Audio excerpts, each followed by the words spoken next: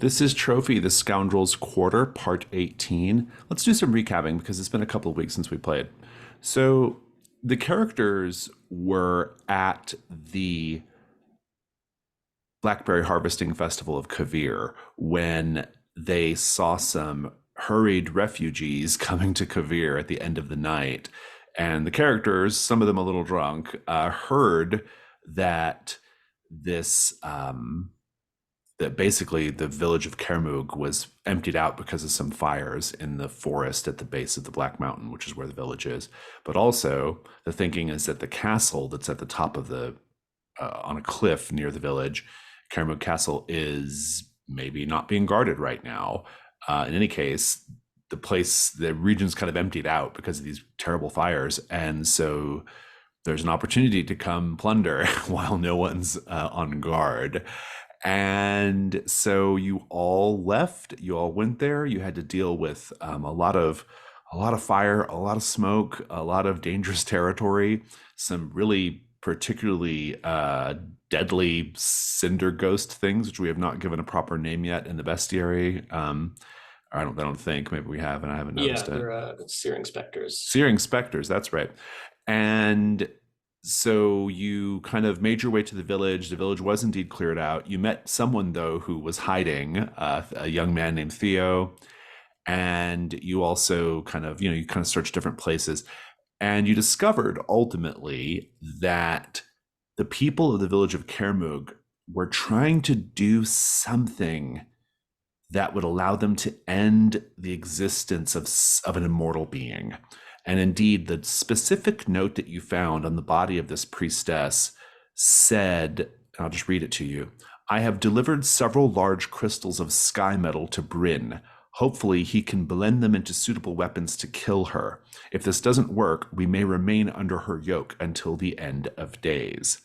Now, that's probably referencing something to do with the blacksmith, which is the one kind of main feature of the town you haven't looked at yet because Cassian saw a searing specter and turned around. But in any case, you don't have to deal with that at all if you don't want to. I mean, it certainly has no bearing on whether you're able to plunder Kairmough Castle, or maybe it does. I don't know. But in any case, that's what's kind of going on as far as the present adventure. You did destroy at the end 3 of these searing specters by flooding the space they were in beneath the temple, and so that was good. You have found a fair amount of treasure considering how hurried and dangerous this has been, and I think that's worth mentioning because if we take a look at the characters right now, our treasure hunters, 2 of you are very loaded up on ruin right now, 5 ruin in fact for Malkuth and Cassian. So that's a thing. I will mention that you can leave and return to Fort Durin at any time, in which case, as so long as you've met your burdens, you are good. If you have not met your burdens, you can't do it, or you just retire your character without them dying. But of course, if you stay on the incursion, you have a chance of dying because your ruin is so high. So a pretty perilous situation for those 2. The other 2 characters are doing okay ruin-wise, and one of those characters is brand new, Alina, a very naive, but on the sly kind of not naive, like priestess. And we've seen a couple of instances where she's convinces herself she's doing the righteous thing, but really what she's doing is a selfish thing, and so that's kind of fun. And so that's sort of the deal. So it's the 4 of you and Theo. We have just finished destroying 3 of these searing specters. We are in the village of Kairmough. You have essentially sorted out the set goal. I also want to take a moment to point out that Rob and Jack and I, yesterday when we were playing a wizard, which is an OSR adventure I'm running on another day of the week, Alex informed us of a rule I was unaware of in Trophy Gold somehow. I think I was vaguely aware of it, but I've never really used it. But it might be worth being mindful of now, which is you can spend 3 hunt tokens to accomplish any goal in the game, so long as it's something that the group agrees on with the keeper or the GM. So as long as the GM and the group agrees on it, You can just spend the 3 tokens. So, for example, we could have said, "Can we just spend 3 tokens to kill these 3 searing specters?" And I might have said, "Sure, that sounds good. Let's do that." So it's not just set goals; it's also like other goals the group can agree on. This might be helpful for you because you have 2 characters in perilous situations. So I was wondering why Alex was in the Discord saying that he was teaching you how to play trophy. this was the reason why. Yeah, I'm actually really delighted by it though, and I mean, I've not been playing that way for years. It's been fine, but I think it's interesting. I think it opens up some interesting narrative possibilities for the game, and tactical and strategic possibilities for play. So that is something to be mindful of as we proceed. So if you have tokens to spend and you have some ideas, I'm open to them. But here we are. It's still nighttime. There's still a lot of smoke in the air. You can still see fires all around, even though the village itself is safe from the fires currently. And behind you, at your back, is the cliff that you'll have to go up to get to Kairmough Castle if you wish to do that. So let's just pick up the scene there.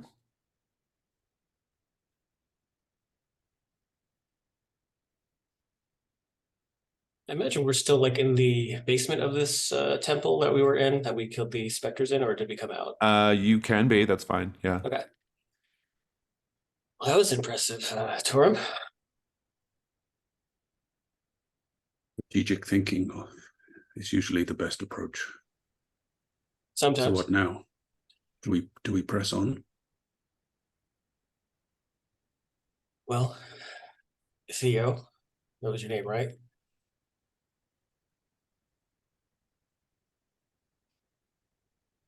Sorry, I was zoned out. Yes, Theo. Theo is right. So I was looking at a message while you all had a little combo. What was your question again, Jack? Uh, so this queen of yours, Hmm. so they're making artillery to like fight her. Is she a thing? Is she real? Like, He says, I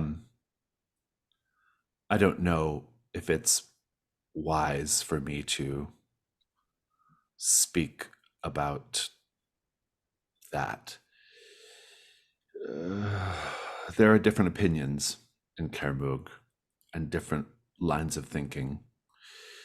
I would simply say that Queen Janeth is a complicated figure. And she's not the only immortal queen we have to contend with. What do you mean by that? Oh my goodness, look at the time. I probably do you have somewhere else to be? oh, he looks at the fires and is like, oh no, I suppose not.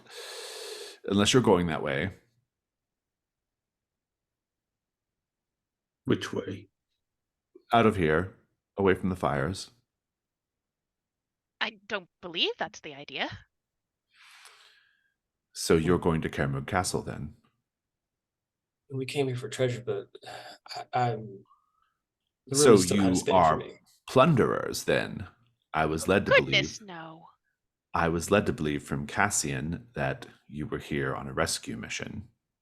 Well, yeah, we were rescuing, rescuing treasure. We're acting on behalf of the sisters. We are not acting on behalf of the sisters. We, in fact, are, regardless of No, what Cassian says. no, that we're actually not. But we do want to help, right? That's what we want to do. Yes. The sisters act in many strange ways through many strange people, but yes, we do want to help. Theo says, "Oh, I need a drink." And he goes back to the Maiden's Ember to get a drink. Add a character question. Is this town on fire yet? No, the town's not. No, the Okay. Because town. it's like all the buildings were like stone. It's mostly right? Something like stone, that. yeah. And in any case, the tree line doesn't come up close enough, so it's relatively safe. You know, may not always be. I mean, all it takes is a change in the wind, and who knows what could happen. But I would like to go into the nearest house and try and find a shoe because I only have one right now. I will let you find a shoe of suitable Thank you. quality, even two if you want. Yeah, probably two because I don't want to have like two different mismatched shoes. Yeah. Yeah.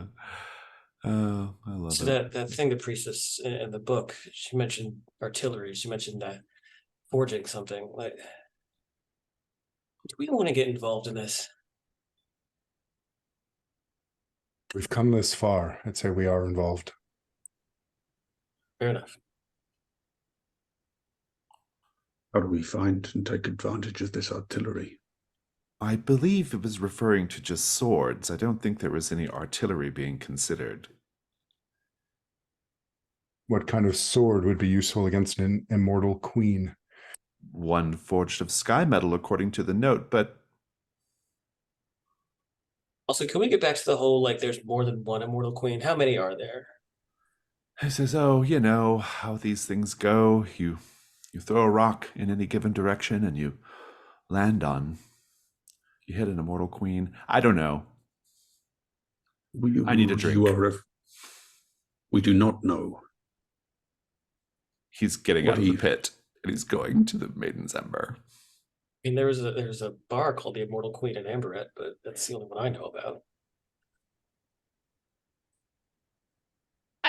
I do believe we should probably follow him and get him to come with us. He can sort of be like a guide. I'm not sure if any of you have been to this area before, but I certainly have not.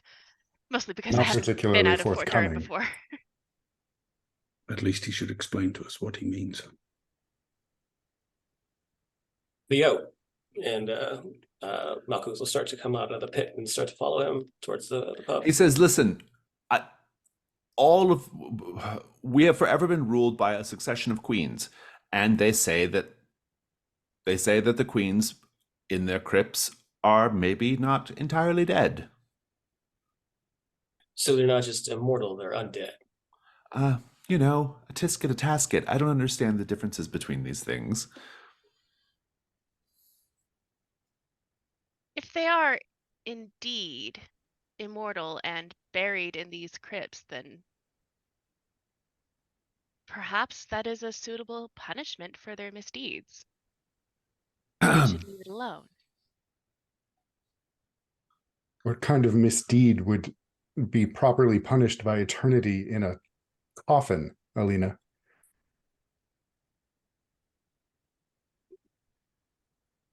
Well, Something devised by a sister, no doubt.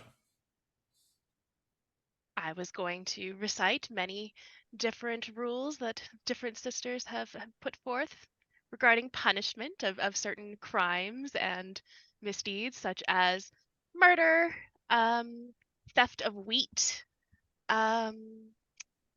poaching a fish on the day of midsummer. This is hardly Depends on germane to the sister. point. What is The question. The poaching question a is, fish? how Why do would we that be a defeat crime? them? Why would poaching a fish be a crime? I mean, I prefer them Only on that broiled specific day. personally, but On that specific day, it is an affront to many of the sisters. a grilled fish is quite good. Oh, for the love of God.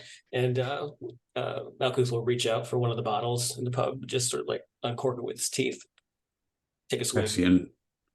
Cassian, who is this person with her tales of poached fish?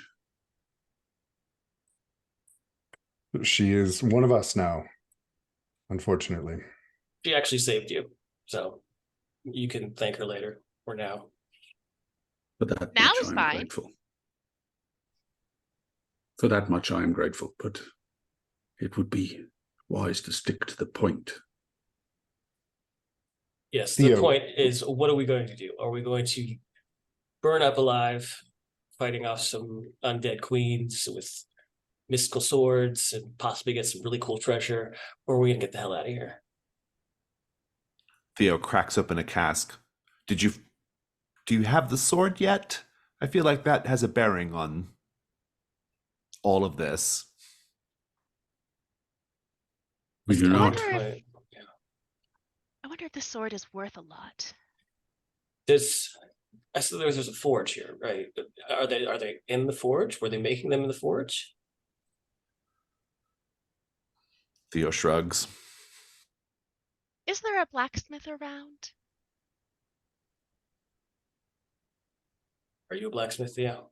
No, there is a blacksmith. Yes. Is he alive?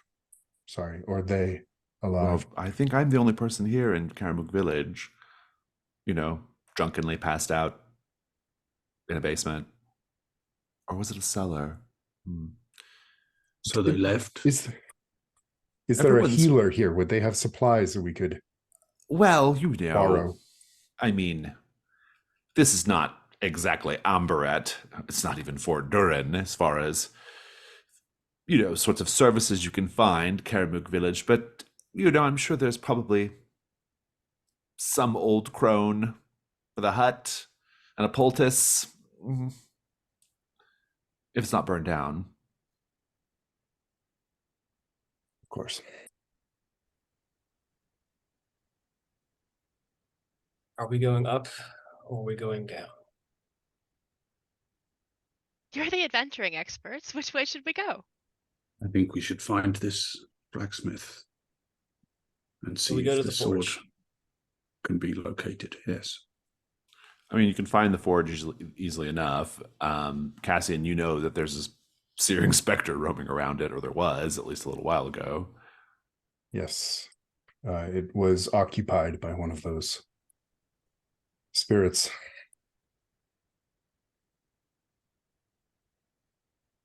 Well,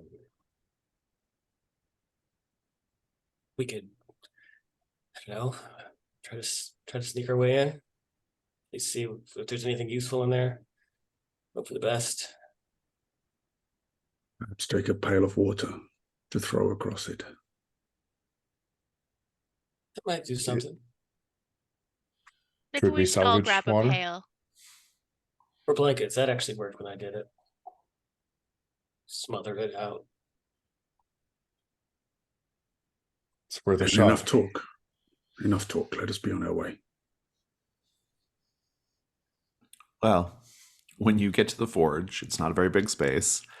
You can see inside, and really, it's more of like a, as I noted last time, it's just a 3-walled building. It's more like a stable that you kind of look directly into with all the equipment and stuff in there: cold hearth, bellows, anvils, hammers, tools on a rack, and in the back there's a mound of coal and a pile of iron, and then there's a waxed canvas tarp that's covering something, and that's where the searing specter is. They seem to be like bobbing around that tarp, like there's something of interest to them there.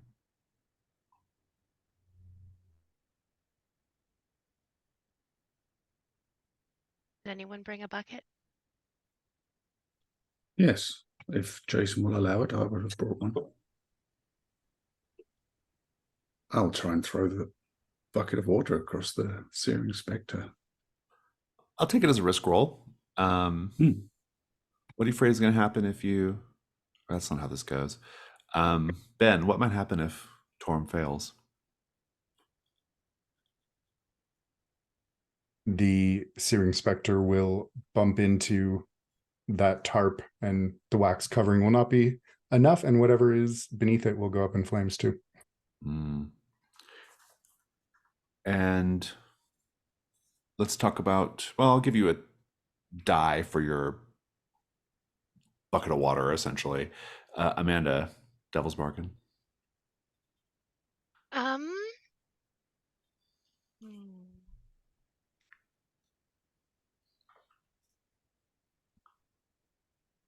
No matter what,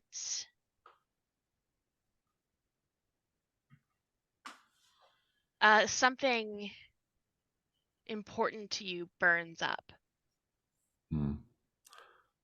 I will also put the Scoundrel's Quarter in danger as an option for Devil's Bargain.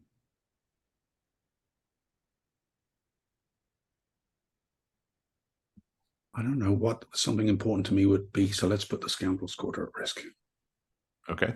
Go ahead and roll ruin for that. 3.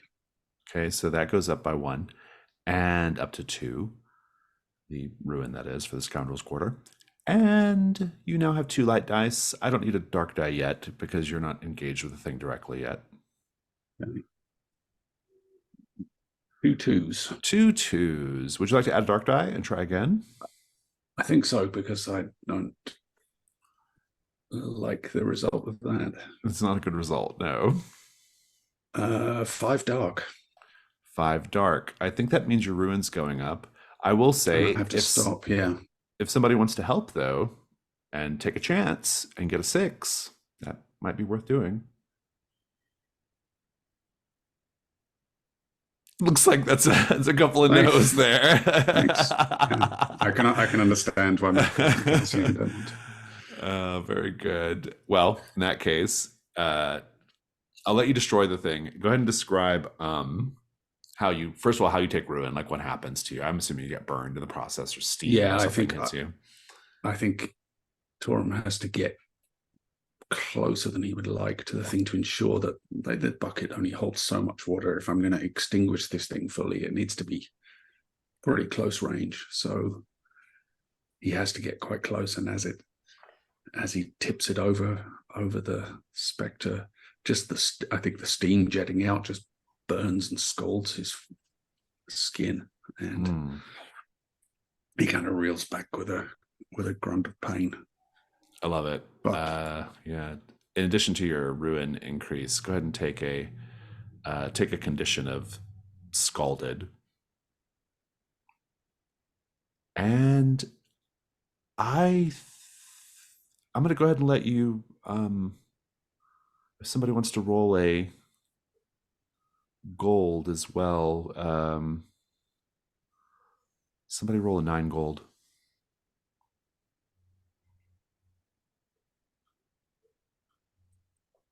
Go. Damn, the gold die roller has been really, really generous to you all this adventure. There's 3 more crystallized embers. These are all like kind of these little sort of,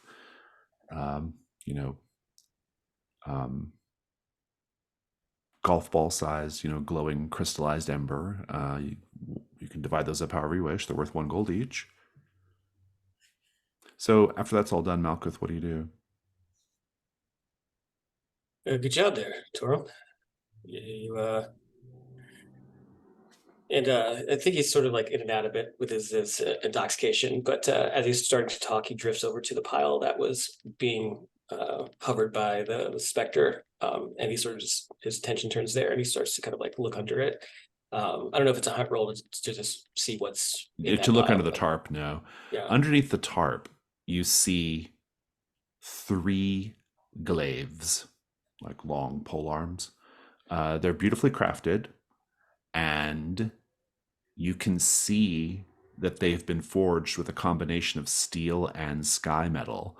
How do you know that? What does the sky metal do to it?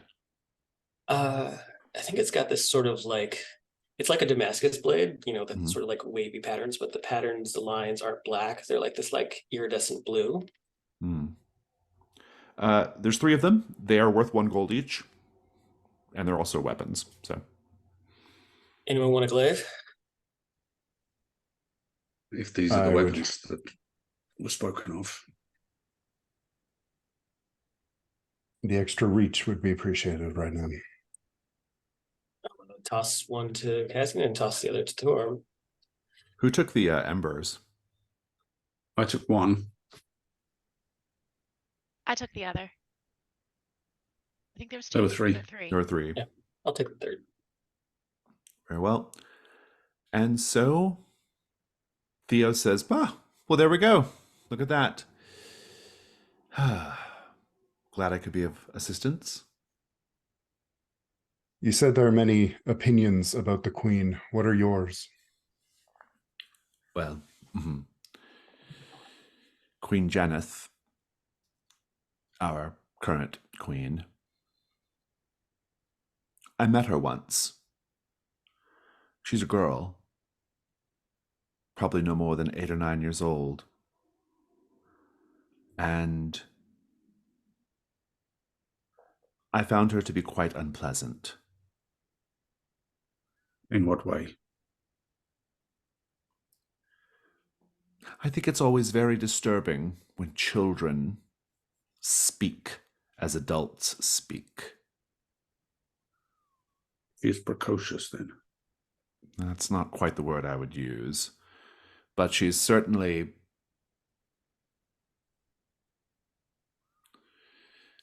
well, uncanny. Has she been 8 or 9 for a very long time? And he looks at you and says, possibly. She doesn't happen to have like fangs or anything, does it? Does she?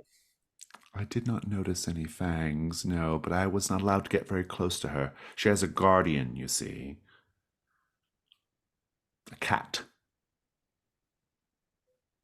Terrible creature. How bad could a cat be? It's like a house cat or like a jungle cat? It's quite a large cat. And well, it's very protective. You know, I think I've talked myself out of going with you all. Well, Yeah. Theo, You you hold down really the should. fort. Sorry, what was that? No, go on again. Oh, well, I was thinking you really should come with us. Who knows what sort of horrible things will come at you when you're by yourself here in this village. He says, and yet I am going to risk the fire. And he turns and he bids you adieu. He thanks you, Cassian, for your help earlier. Sorry about almost splitting your skull with a wood chopping hatchet. I am sorry as well. He leaves.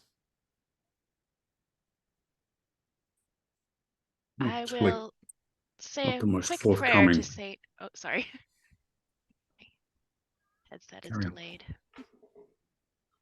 Second. Not the most forthcoming of people. What do you He think warned we're us about the facing here? cat. And yet was curiously reticent to explain anything about these other immortal queens of which he spoke.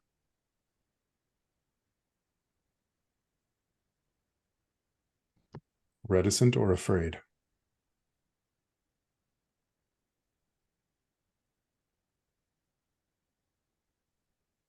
He did say it was a big cat. I can see why he'd be afraid.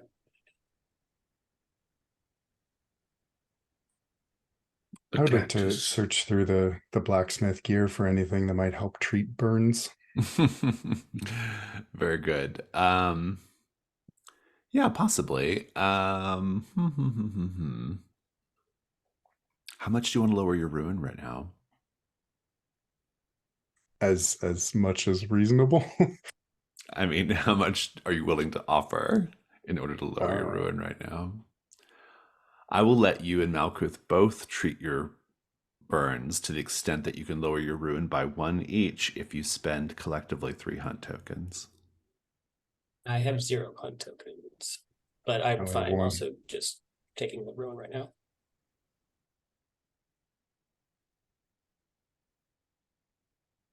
The hunt tokens Oh. can come from any member of the party as well. you can have 1. Yes, I would offer 1. I will offer 1 as well, and a prayer to Saint Vita in order to speed things up, hurry things along. Also, because it's kind of funny to say a prayer to a saint over Cassian. Oh yeah. You can find some, you can absolutely find like a pot of salve that will help treat the wounds, and it doesn't like clear the scarring, but it clears the conditions and lowers your ruin by 1 since you've spent the tokens. And so you're better fighting form than you were. So, where to?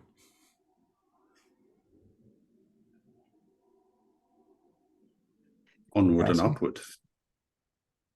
Yeah, let's go fight a undead queen or several. Up to Kairmough Castle. The little path up the cliff is no trouble. It's a narrow path, but there's no danger in it. You get up to Kairmough Castle pretty easily. And the castle, it's an old castle. It's never had extensive additions or renovations, largely due to its constrained location on this narrow cliff.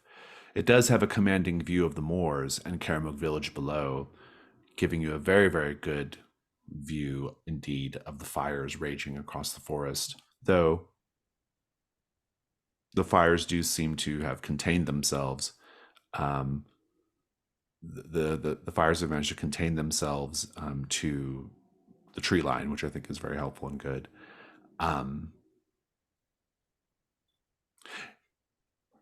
The castle, there's no one there to stop you from going in. And inside, the rooms are small, and the walls are thick stone covered with many tapestries. The tapestries tend toward geometric patterns rather than representative art. And you do have a set goal here in Kairmough Castle, which is to hear Queen Jeneth's offer.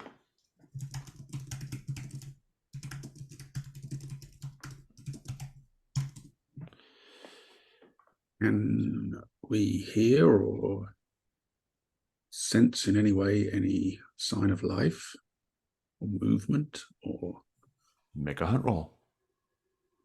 vigilance? Sure.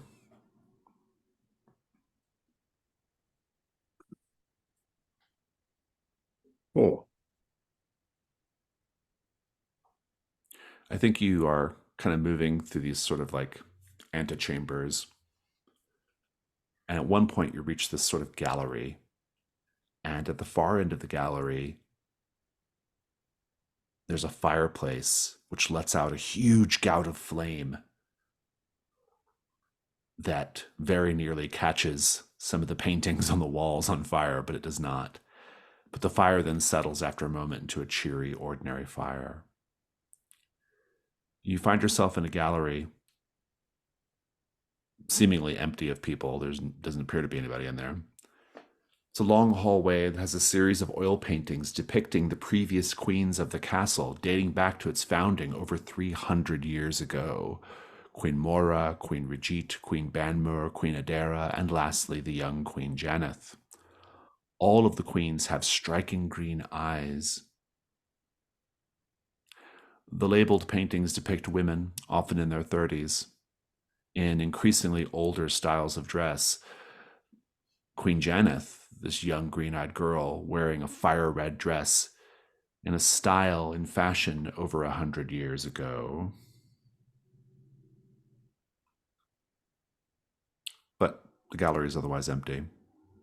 And there are doors off the gallery that go to deeper parts of the castle. I do a hunt roll with my path skill to see if there's any either any sign of movement, recent movement, or any sign of movement that like would indicate maybe like some secret passages or hidden Yeah, entrances. I like that. Take 2 dice.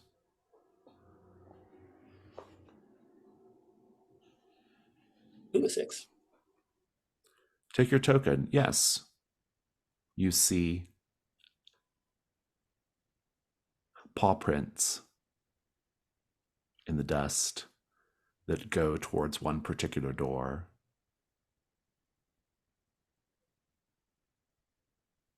Yazian, you're pretty knowledgeable with animals, right?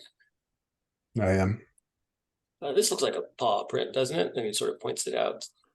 They are feline does. paw prints, like a house cat, but big, as if the house cat was the size of a dog, Yes, very large a medium-sized dog. for a cat. Perhaps a lynx. take your word for it. And yeah, I think Belkuth will start to go in that direction. Alina, Torum, what are you doing? I would like to take a better look at this fireplace at the hearth that had the big flame come out of it. And now it's just a Uh, regular fire. Yeah. yeah, I think I'm muttering prayers to Saint Fatima as I Mm. walk over, and I want to scoop up some of the ash and smear it on my face. Very good. What are you trying to do right now? So smearing ash over your eyelids and lips is a form of representation for to Saint Fatima, and to see people do it on the start of their journeys. I mean, we're in the middle of our journey, but we're in the start of the journey in this place, so I'm justifying it that way, just to get an idea of why there was a big flame that came out of this You fireplace. can take a hunt roll, see if you learn something. I don't remember what my skills are. Spirits, vigilance, willpower, and lore. I like how I you've think in this described case, the ash probably thing. You can lore. take 2 dice. Yeah. Cool. Roll. I get a token with my 5. But you encounter something terrible. You hear a voice. Saint Fatima, is that you? The voice is the voice of a child. She says, "Foolish woman, the sisters have no power here." Oh, you're wrong. The sisters have power everywhere. They have power that comes from me. I bring it here. You must be the queen. Your power is like a tiny ember floating down into a pool of water where it will be extinguished directly. Even the tiniest ember can start a horrible blaze. I mean you no harm. Please join me in my throne room. Very well. Indeed, Malkuth, the door you opened leads through a short passage to the throne room. Is everyone going in that direction?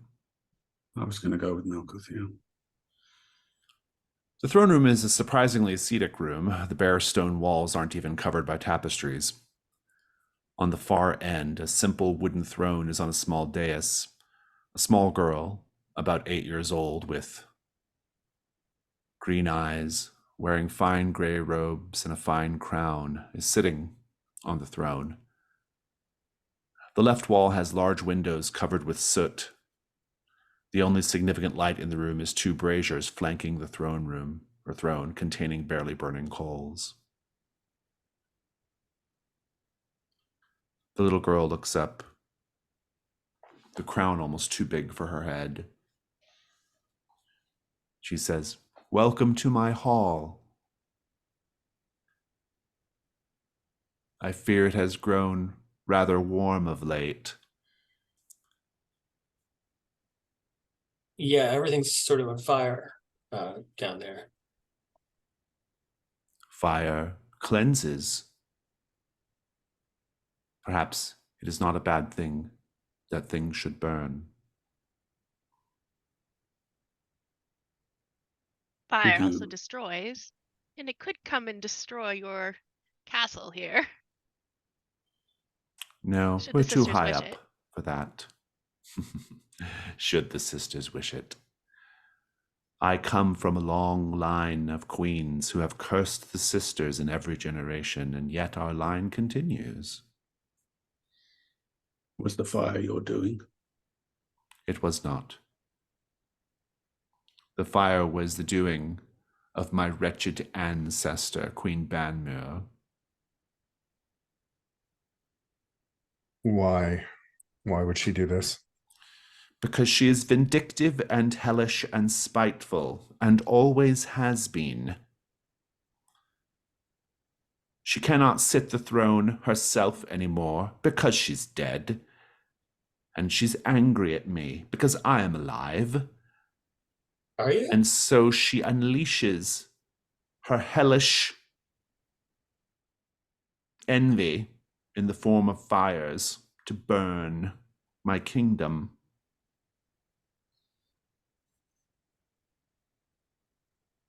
I don't mean it as disrespect, but are you alive? She looks up. She's been kind of looking down. She looks up and she says, "Do I look dead? Come closer and touch my flesh and feel its warmth and see the blood coursing beneath the epidermis." Malkuth looks back at the other three Do it. and then sees Kazian shaking his head. But I think that he's got like drunk bravery, so he's gonna march up over there. I think at this point you will all notice a hairless, ashen-skinned cat the size of a large dog. The skin of this cat is cracked and oozes a black ichor, which disintegrates into burning ash. Its tail is leathery and tipped with a stinger. Its eyes are white orbs behind fleshy lids. And it was previously slowly disemboweling a mouse in the corner of the room until you started approaching, at which point it stood up and began licking its paw, but not in the sort of dignified, graceful way that cats clean themselves. It's a loud, slurping sound, a sizzling, slurping sound as it cleans its paw.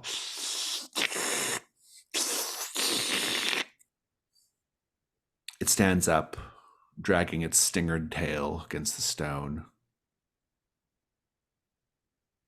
Queen Janeth says, "Do not mind the veil beast. It will not harm you, unless your intentions are impure." What is that creature? There are many things in the earth, many things in the many realms, the many planes of existence. We are not meant to understand them all. Perhaps you could go prey on it to find your answers. I do not need to pray to know that that thing is an affront against nature.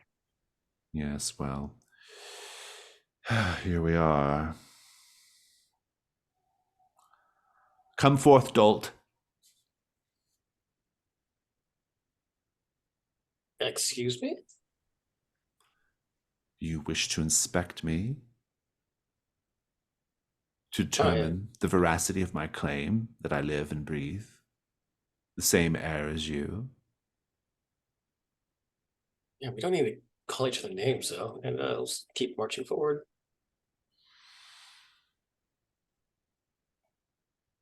Her smile widens as you get closer. Are there fangs? No. But she sits kind of slumped in the throne. Like it's too big for her, so her arms are kind of like up like that, you know. Mhm.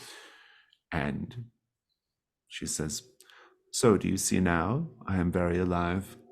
Unlike the harlot Banmura."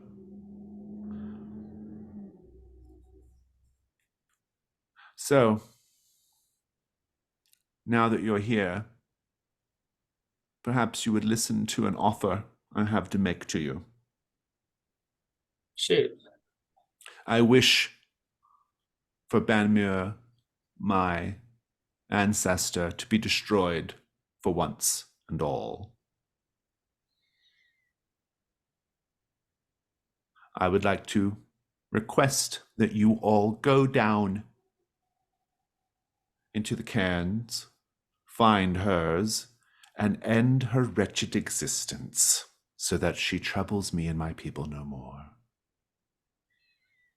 What do we get out of it? I shall make you wealthy beyond imagination. I have a vault filled with the treasures of my people, of my lineage. of my queendom. I have no use for such things. And so you can go into the vault and have your way with it.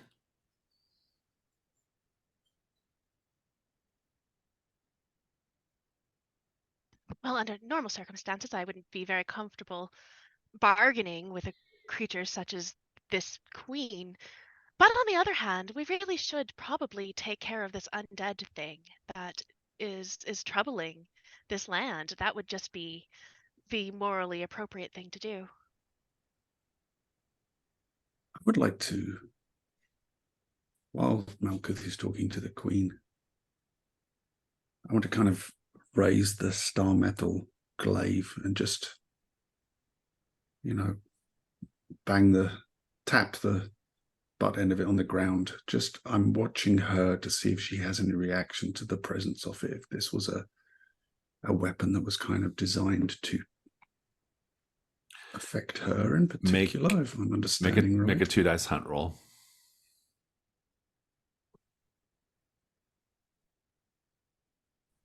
Three. The moment you unveil it, the veil beast launches itself at you. It hisses, but it's an imperfect hiss. It's like a... And it leaps, engaging you in combat. Janeth says, "Treachery! Assassins!" And the Veil Beast is an endurance 9. It has a special move which it uses on you, Torum, which is Pounce, meaning it knocks you down. You go flying. You are not in the first round of combat. The rest of you are, though. It is a combat 3. Please say how you're vulnerable.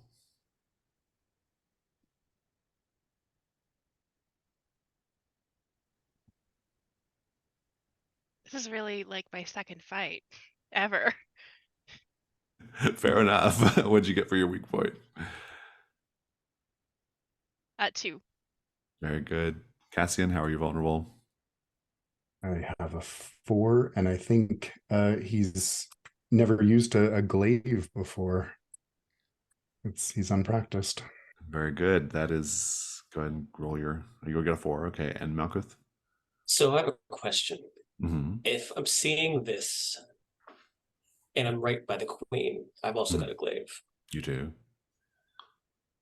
Would I be able to engage her in combat if I see that she's like threatening them with this cat? You can not enter the combat with the cat and strike her instead.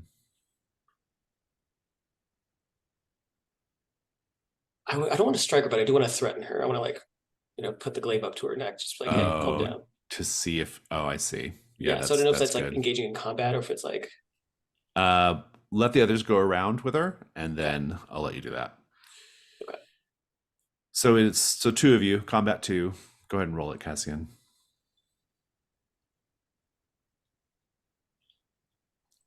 Uh, 10. Very good. What was the 2 5s? Yeah, you'll destroy the thing. Go ahead and describe it, or start describing it. I think Cassian is going to see it leaping for Torum was the one who drew the weapon. Mm-hmm. Yeah, Torum got knocked away. I think he's going to just slam the glaive down, pinning the creature to the ground, and then look up at Torum and I hope he'll finish it. But Alina, you're the one who's here, so you have to finish it. I think I stumble backwards out of shock and surprise, and I pull out my ritual knife. And when I pull it out, the scabbard comes with it. And I think while Cassian is dealing with this creature off the bat, I'm struggling to pull the knife out of the scabbard. And I think I even close my eyes as I just sort of stab downwards, not wanting to see what I am doing. Luckily, I don't stab Cassian or Torum or Malkuth. When it's all said and done, The creature just crumbles away. Alina, go ahead and roll gold 9.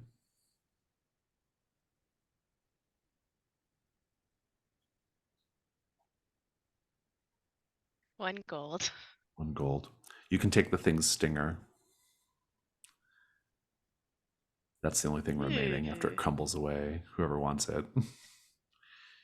Malkuth, meanwhile. Queen Janeth says, "Oh, what a bother. Don't worry. It'll be back soon enough. Though I certainly don't like that weapon you hold, sir. Yeah, I don't Let like me calling me extend adult. my gracious apologies for referring to you as such." Keep it cute, all right?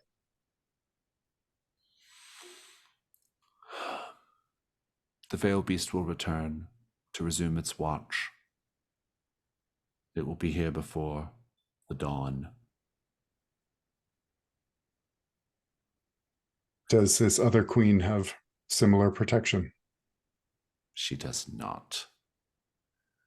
The other former queen is a scurrilous harlot and a scourge upon this land. She is kept alive, probably by the sorts of fulminating hatred that keeps creatures like her alive, but more likely, terrible necromantic magics. She and I are nothing alike. Was it magic that she used to or set the woods on fire? Yes, she is in communion with creatures of smoke and ash. The flaming ghosts? Possibly. And maybe even And yet- worse things than that. And yet you spoke of fire as cleansing. Yes, this is true. All of my line have an interest in the qualities of fire. Even my protector was such a creature. This land is sometimes referred to as the Smoldering Moor. There are all sorts of quaint reasons and explanations for this nickname, but the one that no one talks about anymore is that my ancestors used to use fire to torture and punish those who disobeyed.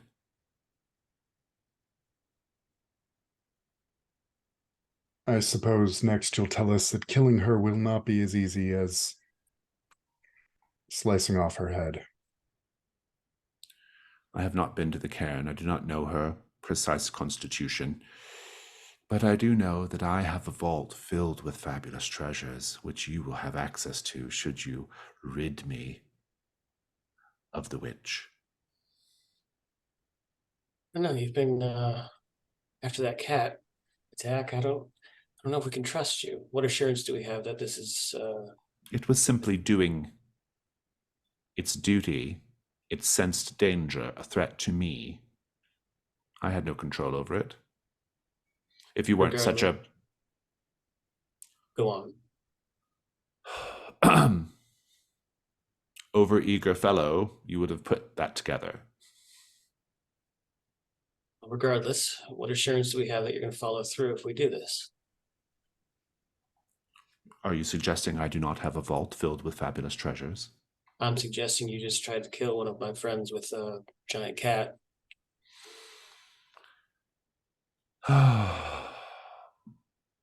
There was a time, a more chivalrous, noble time, when the words of a queen would be taken to heart, that small people would listen to unfailingly.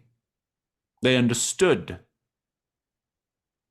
that we use our words carefully, that we mean what we say.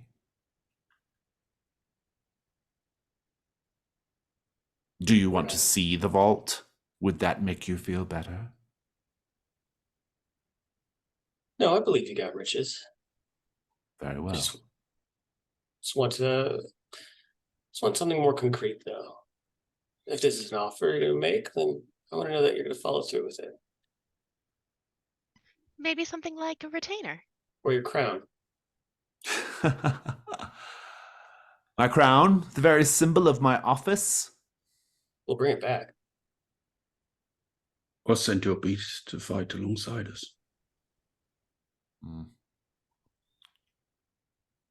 I cannot give you my crown. Banmuir wants it. There's too much danger in her getting her filthy hands on it if I give it to you.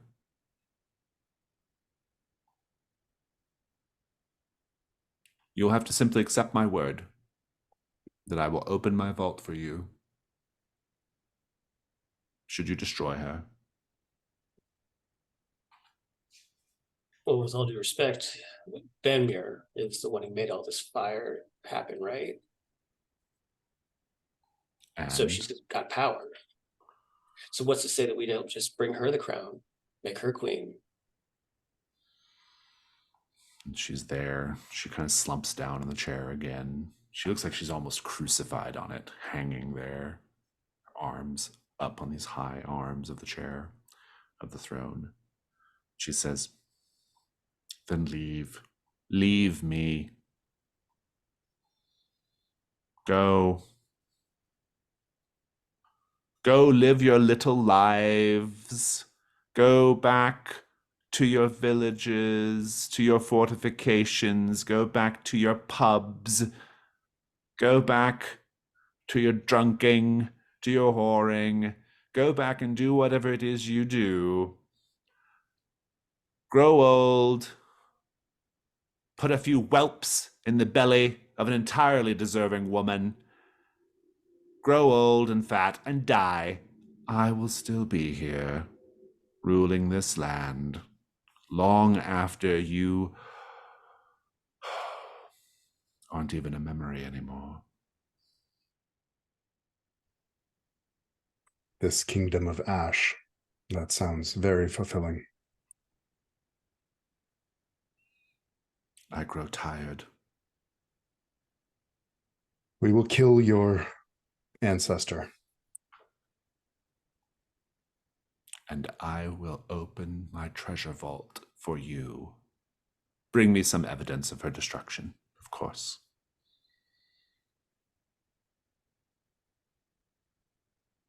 Know that So- if you betray us, we will kill you as well. She looks at the glaives and defiantly says, "As if you could." We've killed worse.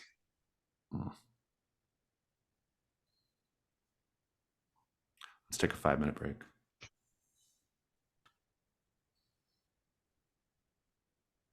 You've heard Queen Janeth's offer. Sekol met. So, to the cairns? To Yeah. the cairns. Mm.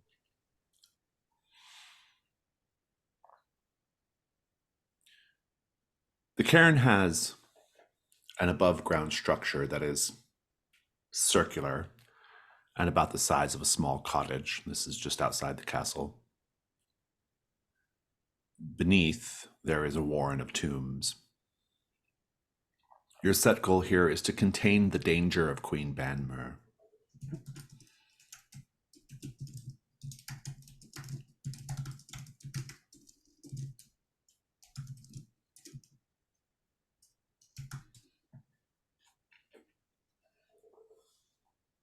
You're inside this structure. And it's very quiet. There's a set of stairs going down. And you hear a tiny drip of water falling into a very small pool in one corner. Tiny drips, a minute or so apart.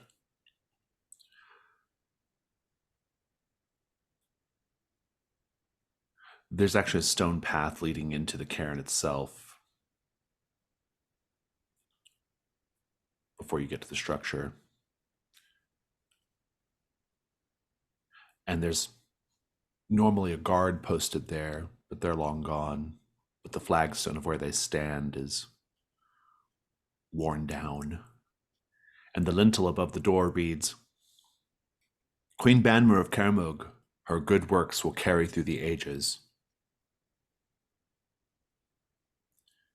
Inside the structure, in addition to the dripping and the stairs, there is a small altar with Banmer herself presented as if she was one of the sisters, arms crossed, holding in one hand a torch and another hand a coin. What do you all do?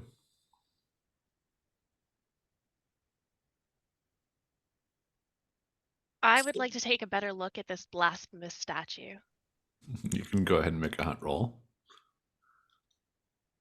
Similarly to what I was doing up top, I want to see if there are tracks of any kind of movement, recent movement throughout this chamber.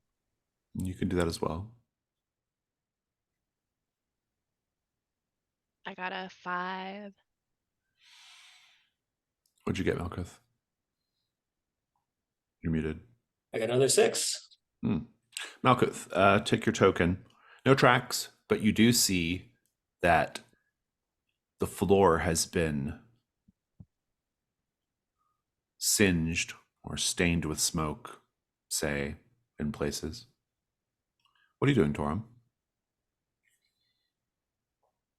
I think I'm very suspicious that something may be aware of our presence. So are there any other ways into this chamber with the statue? No, just the way you came, and then there's stairs going down, presumably into the cairn itself. Right. So I'm just kind of peering down those stairs to see see if there's anything approaching or any sound coming up or any smells or. Yeah, make a hunt roll. Vigilance. Sure. Hope.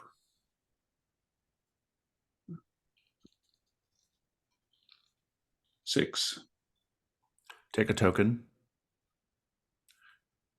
You don't hear anything, but you can definitely smell smoke and burning coming up. Any sign of this? Can I see smoke in the air, or just this? Just the smell. Mm-hmm. Alina, much like a statue of one of the sisters, a shrine of the sisters, there is an offering bowl at the foot of it. Inside the offering bowl are 2 small, hand-bound, hand-tipped books of illustrations of this area. Someone's been drawing the smoldering moor. Strange thing to put in the offering bowl. But you can take them. I'm going to take them. Mm-hmm. It's not appropriate to leave offerings like this to a statue like this. That's Indeed. Here's the disturbing thing, or the terrible thing you encounter. Something about the statue is suggestive of the idea that Queen Banmer might have actually been a sister. Apart from just the way it's posed, what is it?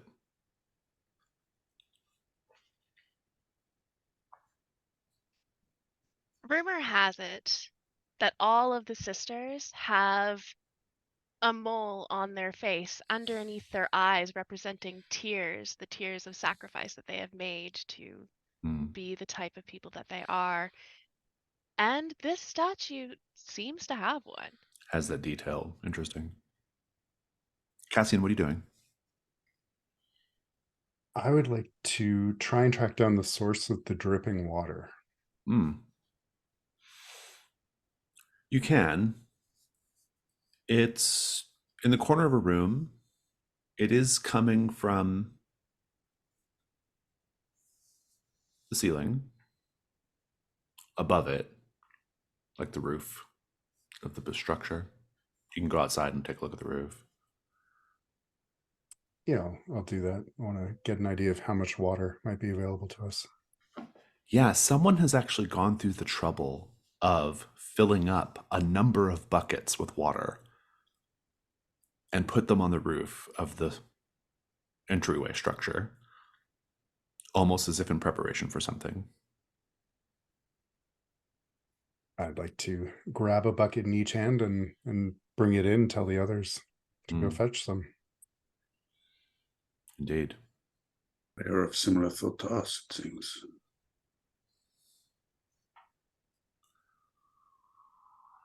If she is in any way connected to those cinder ghosts, perhaps this will give us an advantage.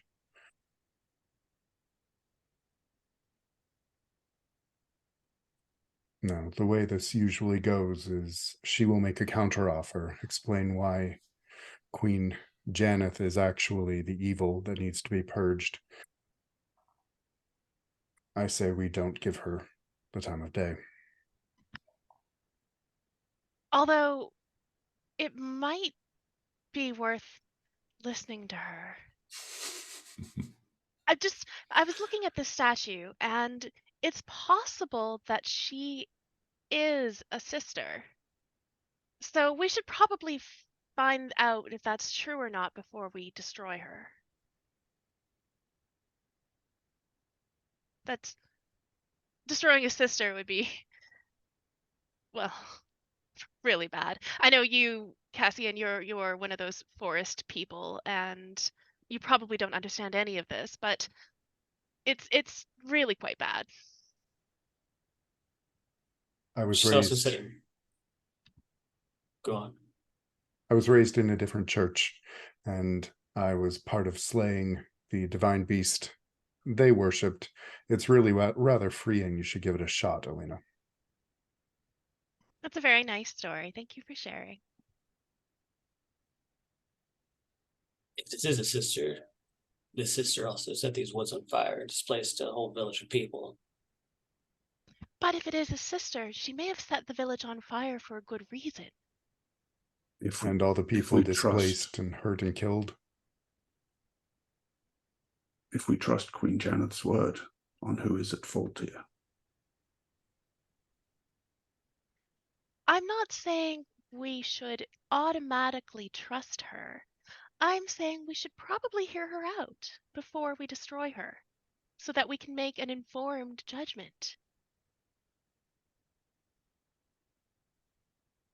You don't want to just go around destroying people willy-nilly, right?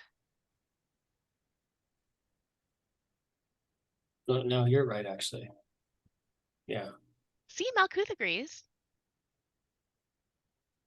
Well, the two of you can listen as Torum and I kill her. Fair, Alina? No. That's the opposite of what I'm trying to say we should do. Maybe we just cross that bridge when we get to it, okay? Let's just find her first. So are you all heading down? Yes. After descending a few flights of stairs, the path opens up into a room. A sort of vault of sorts. Several shelves containing skeletons are carved into the stone walls. You can see, even as you enter, a pair of dense, they look like dense clouds of embers in the shape of a fox. They are hopping around, playing with each other, wrestling with a bone that they are able to grasp. They have some sort of corporeality, it would seem. But they're otherwise these sort of smoky, embery fox creatures. They haven't noticed you yet. What do you do? I stand behind Torum. I'll have the bucket ready in case they do notice us and make threatening movements. Malkuth, Cassian, what are you doing? they're not engaging with us, are they? I mean, I don't think they've Yes. seen you yet. yeah.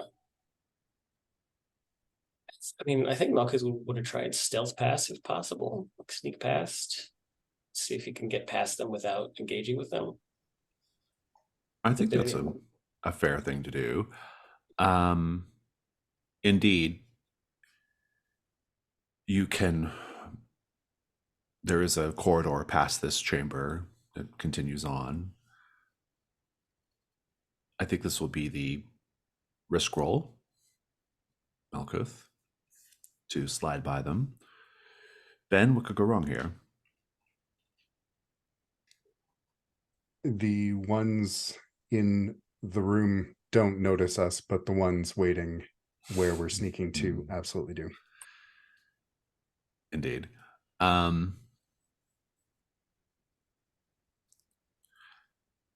Do you have a skill that will help you here? I'm Okay. taking paths. Oh, okay. I like that. You kind of guide the group through the Yeah. to get past them. I'm into that. Good. And Rob, you can make the devil's bargain.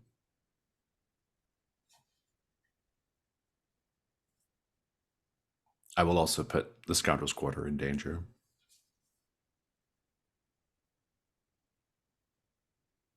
Hmm.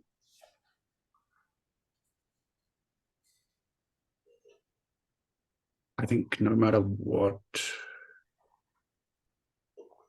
these creatures are going to, on the way out, there's going to be no way to avoid them.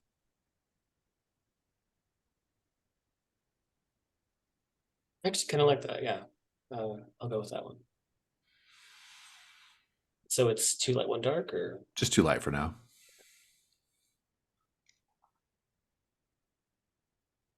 two and a 3. I'm going to go ahead and add a dark. Go for it. 5 light. 5 light. You will succeed. Complication. One of your companions doesn't make it. They get separated from the group. You get to decide who, though. Unless you want to add another dark die and try again. No, I think I like that. I think this is really trial by fire, pun semi-intended, for Lena. Ah, very good. Please describe how you navigate this chamber, which is a pretty good size, filled with, shelves with skeletons in them, these two sort of smoky fox creatures playing with each other. How you manage to find a way through that you don't make any noise, get their attention, and then Alina, tell me why you fall behind and get separated from the group. So I noticed this new entrance or just across the way, and I sort of do the shh, and we start to sneak them past. There's a moment where my boot sort of touches down on a femur and almost crushes it, and he realizes that he sees the heads of these things starts to dart in their direction, but looking in the direction into the darkness, not quite noticing us. He takes the femur very gently, very quietly, and then he tosses it across the room, smashing it across the wall, shatters, and the boxes sort of scuttle over towards that sound, and he sort of waves the others over, and the 3 of us start to dart into the entrance. Alina, how do you get left behind? I think I'm actually distracted by one of the skeletons that are here. It's got what looks like, from my vantage point, coins in its eyes, and I want to check that out. They're worthless coins, sadly. But when I turn around, everyone's gone. Indeed. When you turn around, you are confronted by one of these fox creatures. I don't know where the other ones got off to, but this one is here with you. And it rears up and lets out a smoky hiss. And it actually kind of grows bigger and more threatening. And you have to face it. How are you vulnerable? I'm alone. Very good. Very alone. Roll weak point. 4. It is an endurance 7. Do you have the water though? Oh, I don't think I do. No one took you. Don't, oh, they didn't even leave you any water buckets. I It don't think I would have carried one. I would have made, it strong le- people carry them. it leaps at you for combat 1.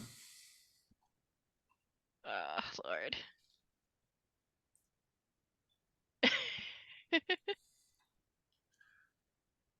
Okay, it's a 2. That That's does a not. 2.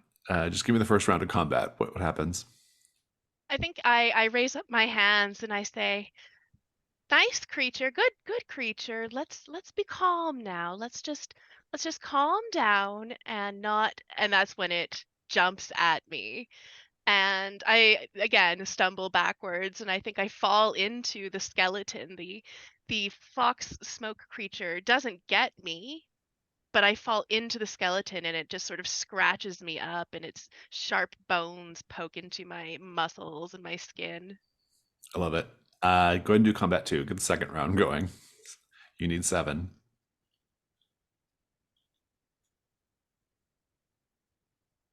I got a 4, so I take a point. And a 1 for 5. Not enough. I will also tell you its special ability ignites flammable material on fire quite quickly. And so I think it manages to get its jaws on the hand-drawn map journals. Oh no, I haven't even looked at them yet. And those just go up in flames. Go ahead and describe the combat round. I don't get up from where I've fallen, not yet, because it's going to take me a moment, and this thing is attacking right away. I reach for my ritual knife, and I try to take a big swipe at it, and I don't know if it's because it's made of smoke or because it's just so quick, but it evades my hit, and instead it it latches its mouth onto the pack that I have hanging off my belt and it erupts in flames. The journals are just so very combustible and it burns very quickly. I think I quickly try to detach the pouch from myself so that I don't catch fire as well. Combat 3.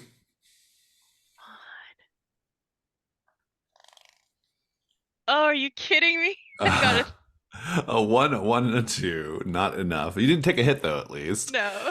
Let's keep this going. What's happening? I try to roll out of the way off of this skeleton, and the pieces of the skeleton are stuck into me. The fox creature sort of darts around like it's almost playing, like it's a cat chasing a little mouse that it knows it's got cornered. Combat 4. Come on. There we go. 5, 5, 3, and 3. So a 10. That is enough. Finally, go ahead and destroy it. I think I am crawling on the ground now, trying to get away from this creature, and I'm crawling through the dust and the dirt, and I spot there must be a leak somewhere that's leaking down into this chamber. There is a small puddle, just small enough for me to get a little handful of water, and I say a prayer to Saint Fatima, who is, the sister of flames and torches and also putting them out and asking her to help me please put this out, and I toss this handful of water at the smoke creature and it just fizzles away. The rest of the group, you all moved ahead to the second vault. This one you'll notice is much newer. The one that you were in, by comparison, was a very, very old structure, maybe even older than the castle. This one's much newer, larger, quite large, in fact, probably the size of like a, I don't know, like the size of a good sized house, say.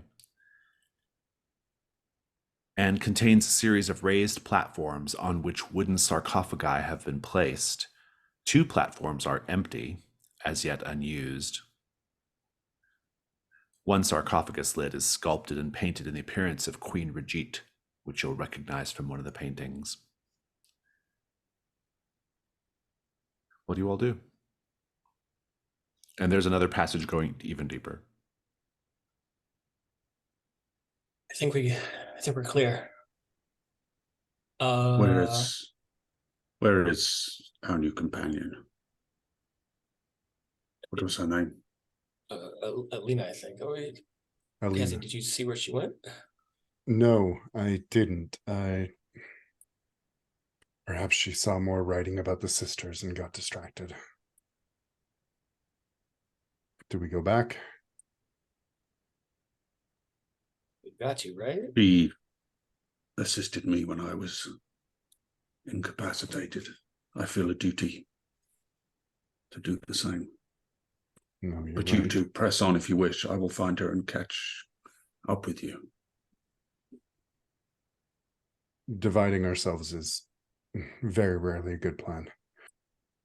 Also, we didn't state it in so many words, but I do think we need some torchlight here. We probably need a couple of torches if somebody wants to mark them off. Yeah. Well, you're right, Oh. Cassie. Let's go back, and hopefully she's not fox food or something. And then right about that time, Alina joins the group. I walk into smoldering. I'm just like covered. My front is covered in dirt. My back has little pieces of bones sticking out of it and little bits of blood. And Oh, hey. hi. Are you hurt? Well, just a little. If somebody could help me with pointing towards the bones sticking out of me, I would really appreciate that. You should take care not to become separated from us. Yes, thank you for that piece of advice. I will take that under consideration. Malchus will help, but he'll stop when he realizes this is really gross, and he added that extra bottle of ale, and he'll excuse himself to a nearby corner. Can't imagine Cassian is helping. Oh yeah, he'll help. Oh, so nice. Yeah. He'll snort and just start doing it. Oh, thank you. It's really unpleasant. So you're here you're in this chamber with some raised wooden platforms and sarcophagi propped up on them. There's probably about 4, and then there's like 2 that don't have their sarcophagi on them yet. What do you do? None of them look like Bonmoor. You can make a hunt roll. I'll do that.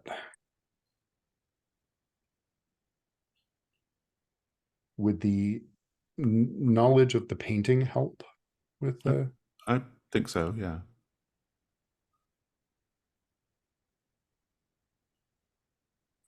Two. 2. No. These are other queens from the paintings, not Banmure. One of them, Queen Regit's, there's a large crack on the front part of the sarcophagus. And you can smell something, a distinctly smoky smell coming from inside that crack, Cassian. What do you do? I will pour some of my bucket into that crack. There's a sizzle, there's a pour, there's a, you hear just like a and then the smell begins to die. Cassian will turn away and say, perhaps that will save us future trouble. Shall we continue? Oh, also, Alina, I owe you a treasure roll from that last fight. If you want to roll 7 gold.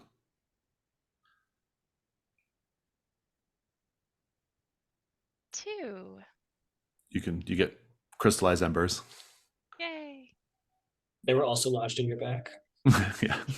Oh, look. I hope these are worth something back in town. So sorry, Cassian, what do you do after you put out whatever was in there? He will advocate for moving on.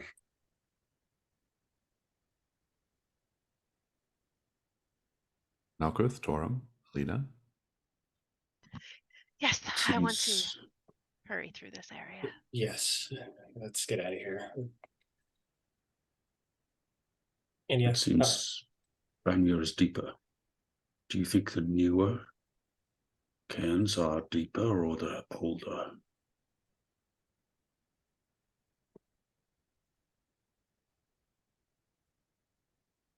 well, that's interesting, right? I mean, why would this one, which is deeper, be newer? Well, Maybe they they built start. down. Yes.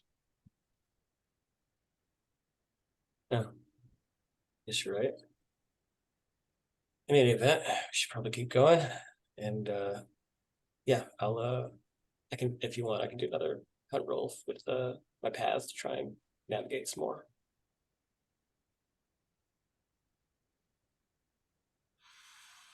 So you continue on. Yes. There's only one direction to go. You just go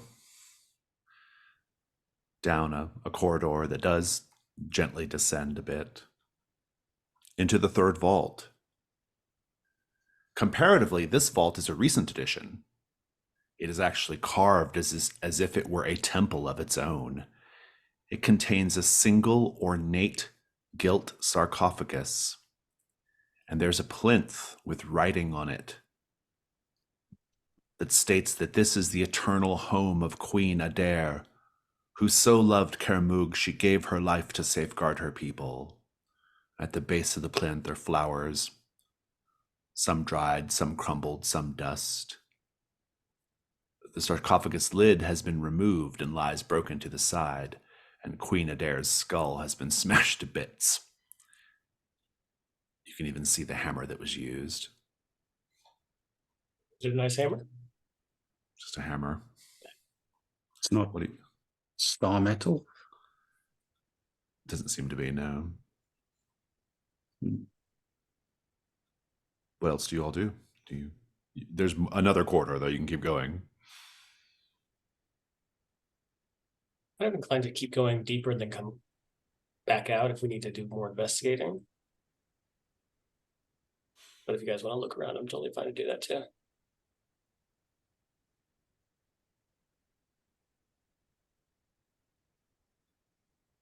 I'm not particularly comfortable in this area, but at the same time, I'm not going to go off on my own again. So I'll just go with whatever you adventuring experts choose to do. Can I still smell that kind of fiery smell, fire and smoke?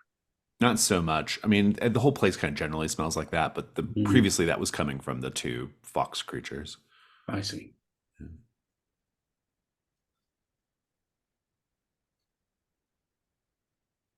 If you continue on, Yeah.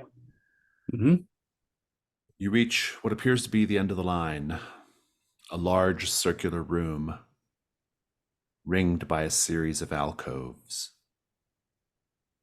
Your breath actually fogs in the air here. There is some light coming from this otherwise dark room. Light from a skeletal person sitting upon a throne. Behind the throne, there is an open sarcophagus. The skeletal person who has ghostly, fiery light in her eye sockets. She's partially transparent, but wearing a fine gray dress and ghostly crown, long white hair. The hair and dress seem to float as if she's in water. Her lips and teeth and mouth are blackened. She says, "Who comes before Queen Banmure?" I think we found her, guys. Here we go. State your business here. We were sent by your successor, Queen Janeth. Do you know of her?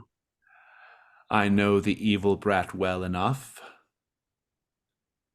I know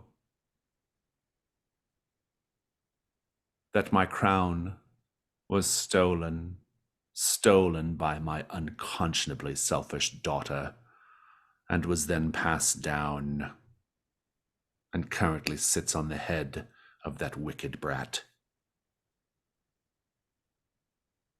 I have returned to reclaim my crown, and I will have it in time. Is that why you're burning down the area?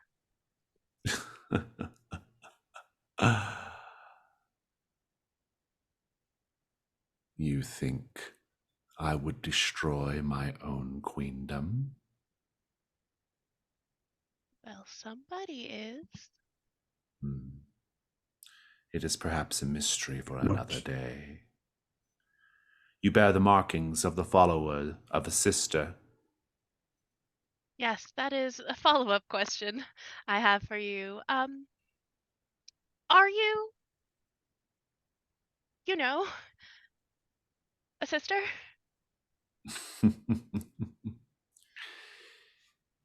Yes, I suppose I am, in a sort of way. You have to understand, I was there when the sisters roamed the earth, or at least the beings that have come to be known as the sisters. It is all nonsense and lies.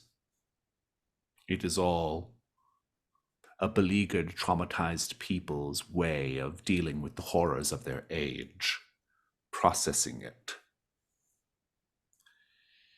It is pabulum for the masses. I hate to be the one to share this information with you now. No, you're lying. The sisters are real. They are powerful. I've felt their power. I've felt their magic. Those things are both true, and yet they are not what they seem to be.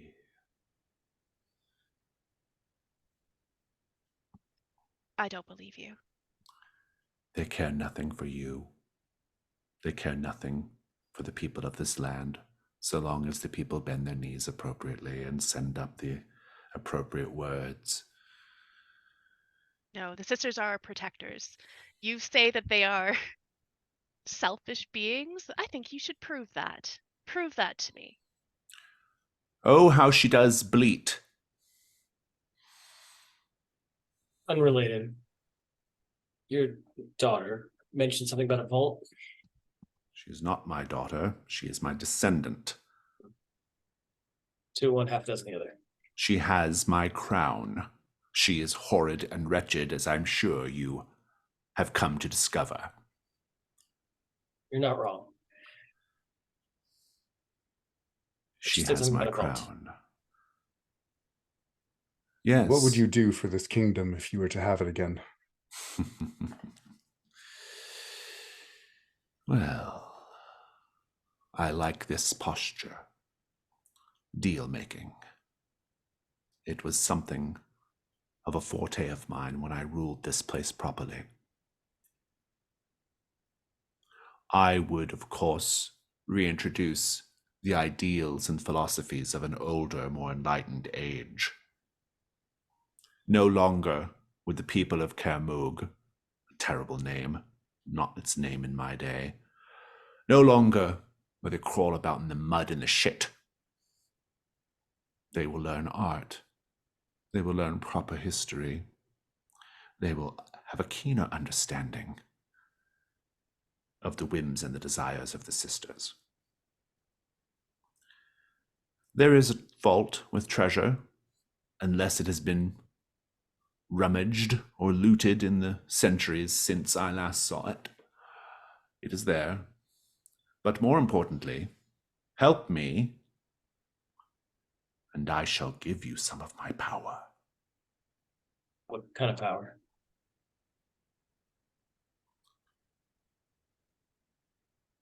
I will teach you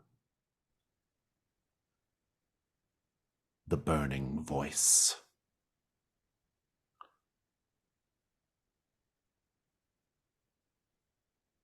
Why Follow-up would we question. wish this power? Say that again, Torm. Why would we wish to have this power? That is what you want, isn't it? Ambitious people want power. I assume you contain some measure of ambition if you are here. Or did you just wander in from the forest into my long-forgotten burial place?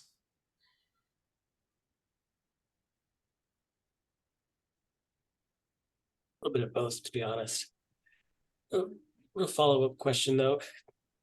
Can you go up top, or are you bound down here? Once I have my crown, I will be free of this place. I will warn you, though, the whelp will be difficult to destroy. It has been attempted before. At my urging. How difficult? Attempted by whom? Conspirators. Those loyal to the true ruler of the moor.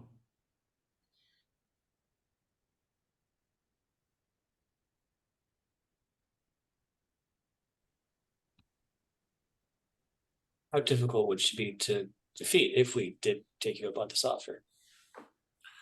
I am told, not long ago, a mere fortnight ago, in fact, that they stormed the castle, cut off our head, burned the body, and then another body grew from the head. And then she spat such insults at them, as is her way. The brat. What manner Why of creature the is? skull upstairs is destroyed? Is that the key? You ask too many questions. If you wish our help, you'd be wise to answer them. I grow bored with this. We could keep you down here. You've been here. I down have long. been here for centuries. I receive visitations so infrequently, and yet you have still somehow managed to bore me. Group huddle.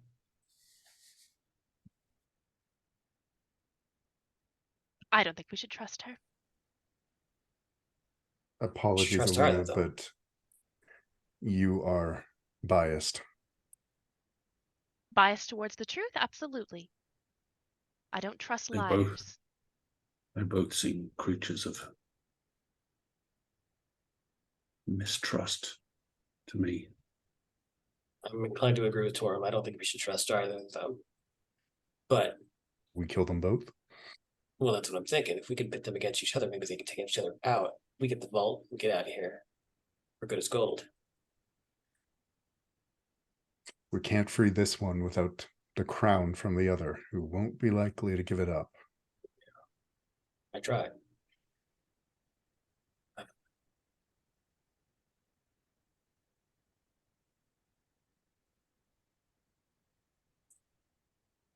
What if we ask for the voice first? The voice of flame. Would that aid us in killing Janeth? If we pitch it that way, how could she turn us down, right? Take anything from her, you will be under her thrall in some way, I can tell. You don't have to take it, okay? I think the companion has a point. Rob, you went out just a little bit. Say that again. I think our new companion has a point. I do not wish to be in debt to this creature. If we kill Janeth, then she's in debt to us. We're assuming that these queens keep their debts, or that they're honest in their promises. We don't have to stick around long enough to find out. Yeah, but if we're here to get the gold, then kind of at least need some assurance.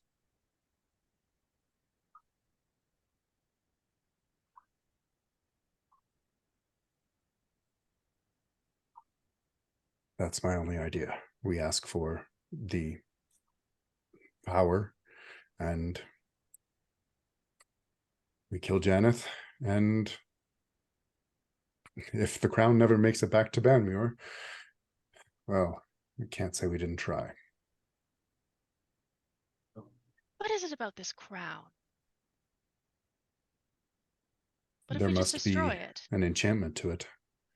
If we destroy it, maybe it'll destroy them both. I think, Sean? That is an interesting thought. yeah, I mean, they both really want it. There's definitely power in it.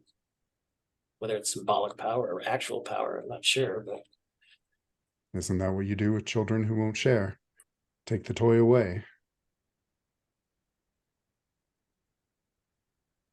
And if so this power is keeping them alive unnaturally in some way, if these liars and cheaters are fighting over it, then destroying it is again the most obvious moral choice. so then we ask for the gift, we go up, we take out Janeth, we take the crown. Easy peasy. Lemon squeezy. Don't like. Then we visit the vault Cassian, and open it and distribute the riches in there amongst the people of this town. Something tells me After that there's, distributing it amongst ourselves. something's telling me that there's even a vault. She mentioned something about sentries, pillagers. I wouldn't put it past Janeth to hoodwink us and take us, maybe even seal us up in this vault. She can't if she's dead. Exactly. Then we have a plan. All right. Who wants to do the talking? Cassian will just turn around and say, we request. I will give one Your- of you the burning voice. Oh. Well, yes, I suppose that's fair. I did wonder how long you were going to go on and on. Apologies. We like to ensure our choices are Who shall I give the good gift so to? that we don't end up dead. Will it be you, sister? Absolutely not. You have Malkuth. nothing to give me that I want. Malkuth, breathe, exhale. Cassian will take a sniff. No. Torum? You are all such strange people. I don't understand any of this. Who will have the gift? very well. I do You? not seek its power, but if the others do not want it, Oh, quit with the speech making. Get over here. I shall touch your cheek, and thereupon burn you with my brand. Your flesh will be scarred. You will be a creature of Queen Banmuir by sight at least, if not in spirit. And you shall have the burning voice. The burning voice which gives one the power to burn a soul away from the body to which it is attached. It is a terrible, horrible power. I recommend you use it wantonly.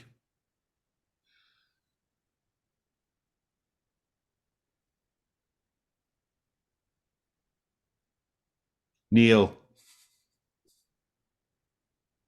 I will. She does indeed put her ghostly hand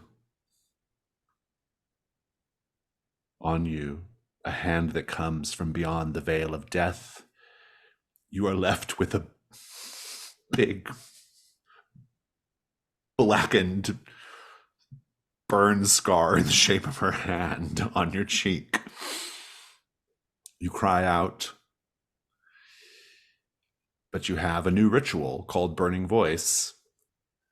Scream forth a flame that burns the spirit within a target's body. You get it for free. It doesn't cost you anything else apart from just a scar.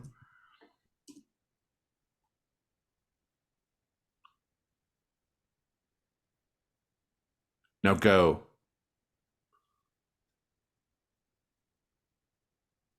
Destroy the brat's soul.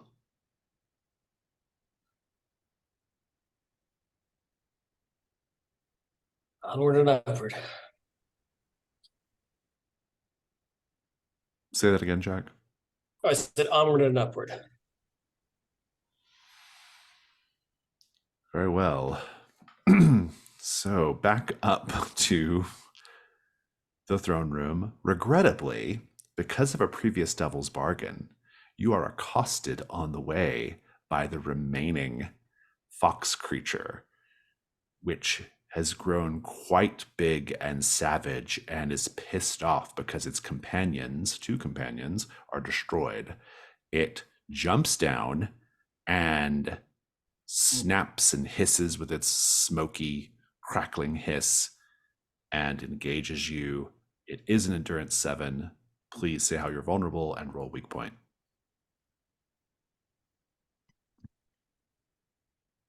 Malkuth is vulnerable because he is not expecting this. He thought that, from what Alina said, that this was all taken care of, and clearly it wasn't. It's a 5. A 5. Alina is vulnerable because normally if something scary happens, she ducks behind Torum, who's very large. But she is unfortunately not close enough to Torum to easily duck behind him. Mm-hmm. And my weak point is 2. Mm-hmm. Cassian has a weak point of 1, and perhaps he has a bucket of water in one hand and that destroyed skull in the other, and he's just not ready to start a fight. Mm-hmm. And Torum, what's your Torum has a weak point of 5, and I think he's just still shaken from this being bestowed with this ritual. Indeed. 5, 5, 2, and 1. It is a combat 4. Alina, why don't you do the honors?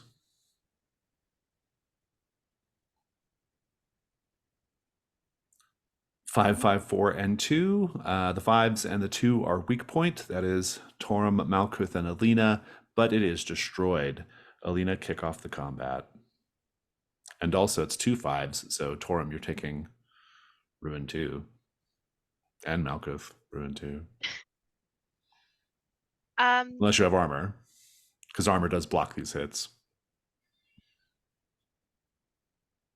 I think the smoke creature jumps at Alina first, being the last person who, sorry, I'm a little distracted by chat, being the last person who to kill one of these smoke creatures. It jumps at her first and chomps its way through the remains of her belts that have been holding the different things that she's been carrying, which break and burn up and fall to the ground. Luckily, none of her stuff burns this time.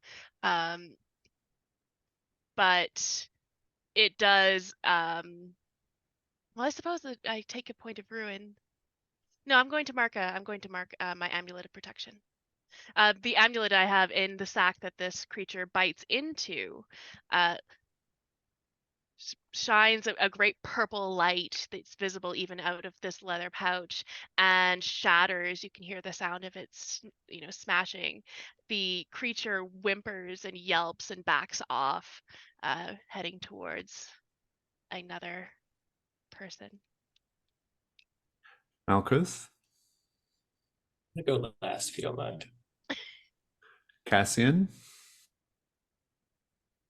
I think Cassian just swings the bucket and knocks the fox away, but doesn't actually do too much to destroy it.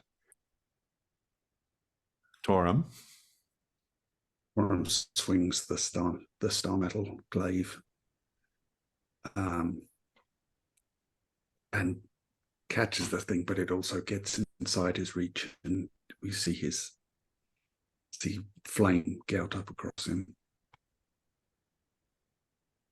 But I'm going to mark armor to avoid the 2 ruin. Malkuth.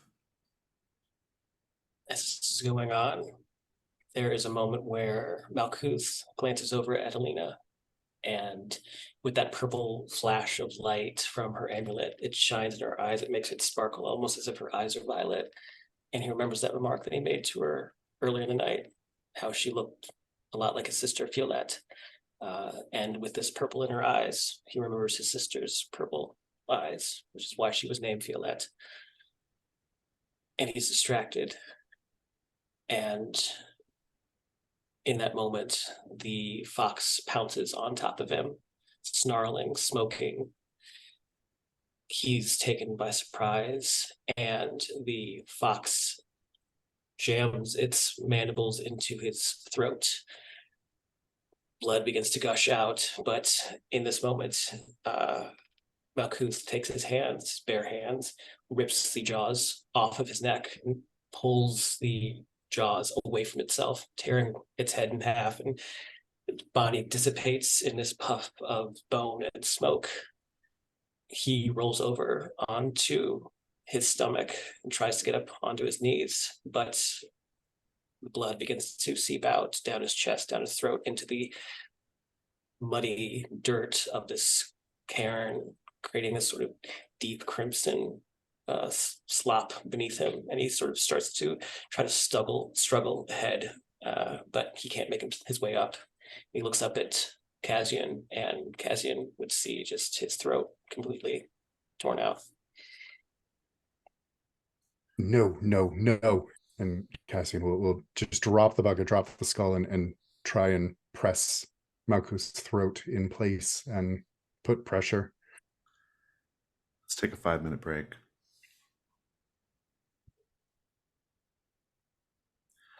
We're back.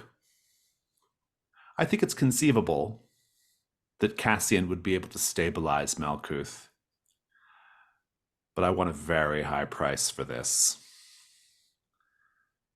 3 hunt tokens, of course, but also your ongoing medical care will increase your burdens by 1, but also the thing that truly saves you is cracking open the Starlight Serpent egg and using its power.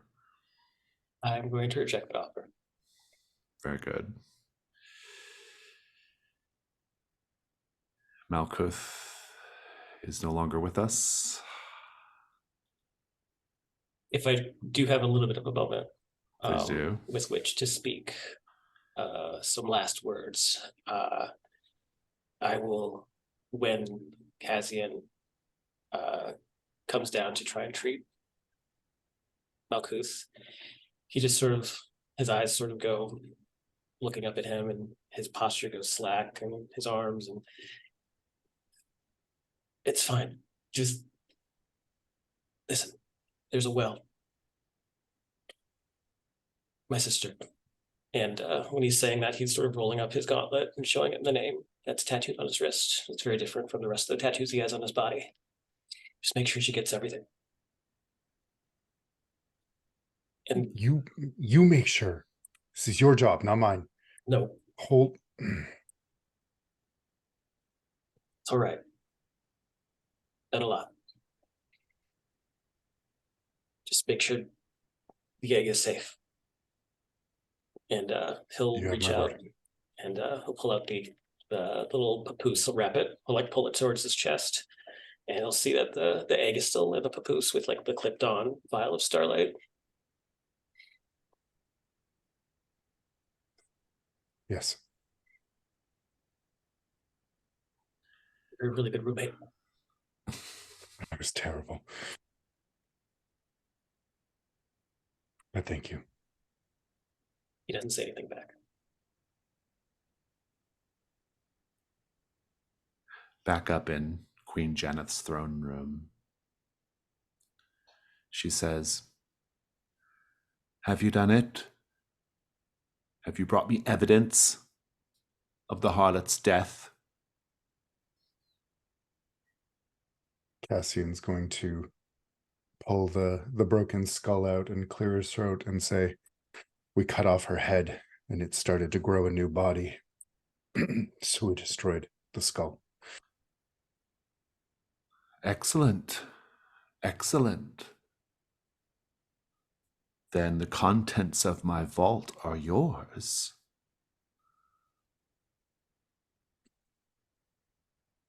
We have one request before Yeah. Yes. Cassian will turn and look at Torum. And Torum will open his mouth and give a scream of burning voice.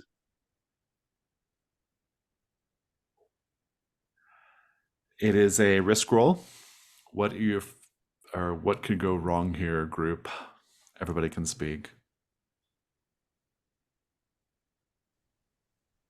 Burning the spirit is not enough to stop her. She will continue soulless. Mm.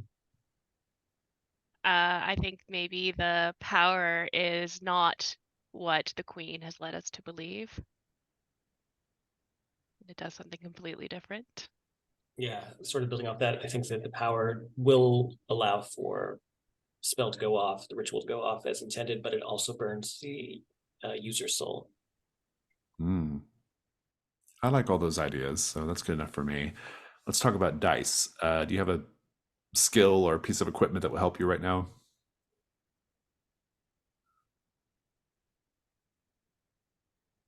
I do have a torch. Oh, like as a focus or Currently something? carrying some. Yeah, I'm sort of thinking almost like, Yeah. does the burning voice through the torch, and it's Yeah, I like like it. bleeding flame across her. I'm into it. That's a light die, and everyone can make a devil's bargain as well. No matter what, from now on, anything you put in your mouth catches fire. I'm gonna say that I'll put the scoundrel's quarter at risk. So no matter what, using this powerful magic triggers your beast bittenness and starts to come up in some kind of way. Mhm. Permanently. No matter what, the crown is destroyed.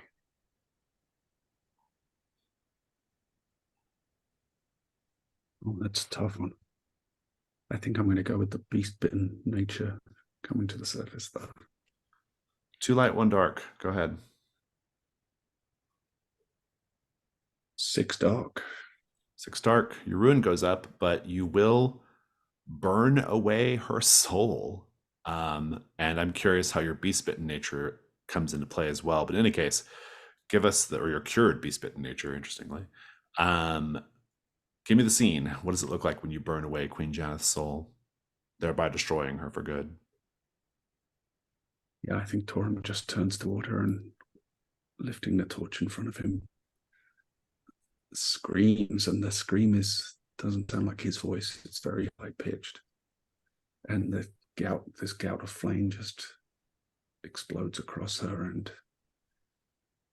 it's like it doesn't burn her body, but you can kind of see something within her catching fire.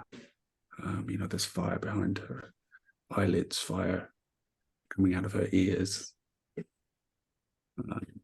as the spirit inside of her burns away. And I think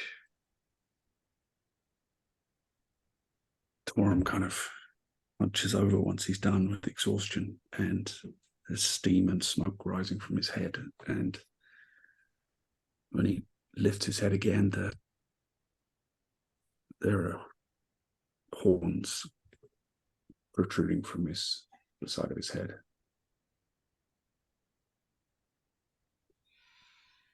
So passes Queen Janeth. Alina, Castian, what do you do? I think when the crown clatters to the stone floor, because of course it survived this, I would like to pick it up and use my ashes ritual, which is to burn something irreplaceable, the crown, to turn a creature or object to dust, the other queen. Oh, to turn Queen Banmur into dust. Very good. It's a risk roll. Jack, what could go wrong here? I think it's hard to turn a spirit into dust. So I think while you turn its sort of semi-physical form into dust, the spirit will still cling to you. Okay. Do you Well, have I a have a skill in skill? spirits, Okay, I so love hopefully that that. will help out. I think it will. Light die. And the devil's bargain is just putting the scoundrel's quarter in danger. Which I will. Go ahead and Can make I a ruin offer a roll. devil's bargain? Sure, yeah. Ben Moore is a sister. Oh. Is a sister? Yeah. It's pretty good. Frick.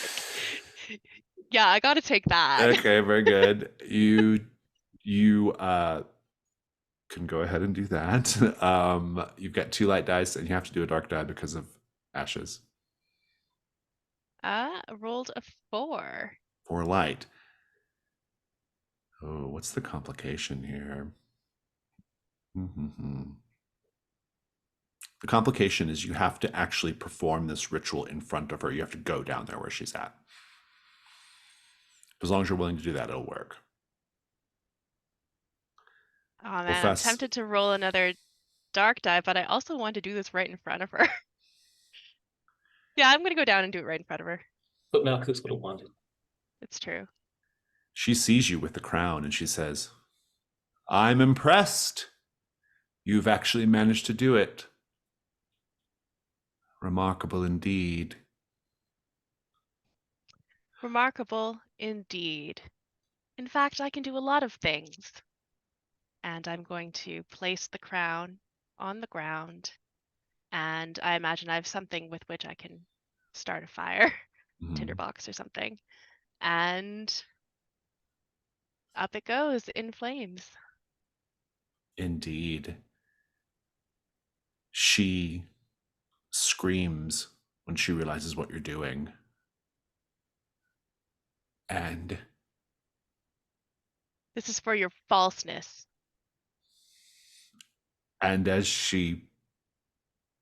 as it burns, she looks at you and she says,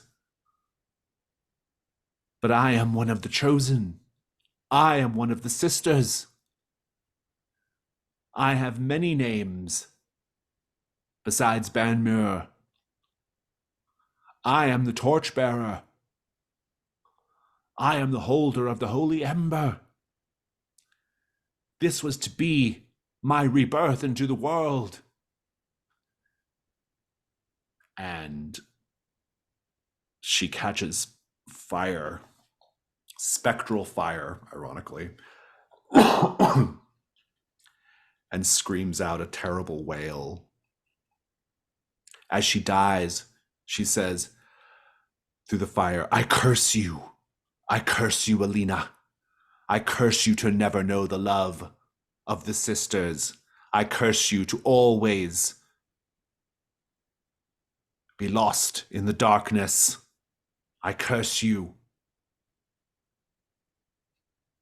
to quench every fire you come in contact with. And then she just burns away. I'm going to give you a condition, cursed. I think when she burns away, I can feel the curse coming upon me. I feel empty and cold and almost like I'm radiating this emptiness out of my body. And I just stand there in shock.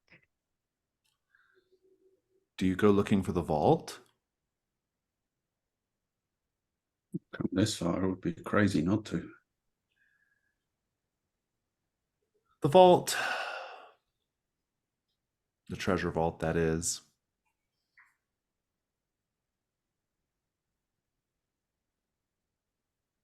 secured behind locked, thick, iron-banded oak doors.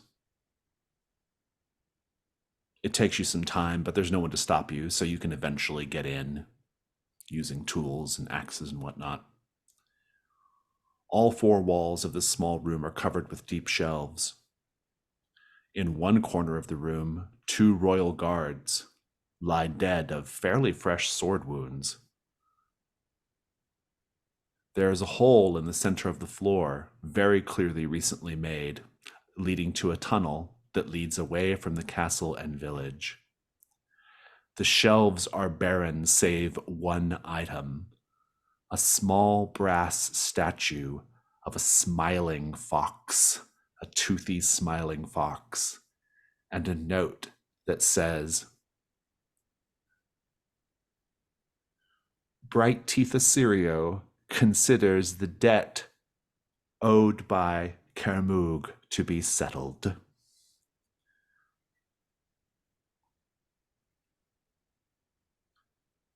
And with that, we'll go straight to stars and wishes.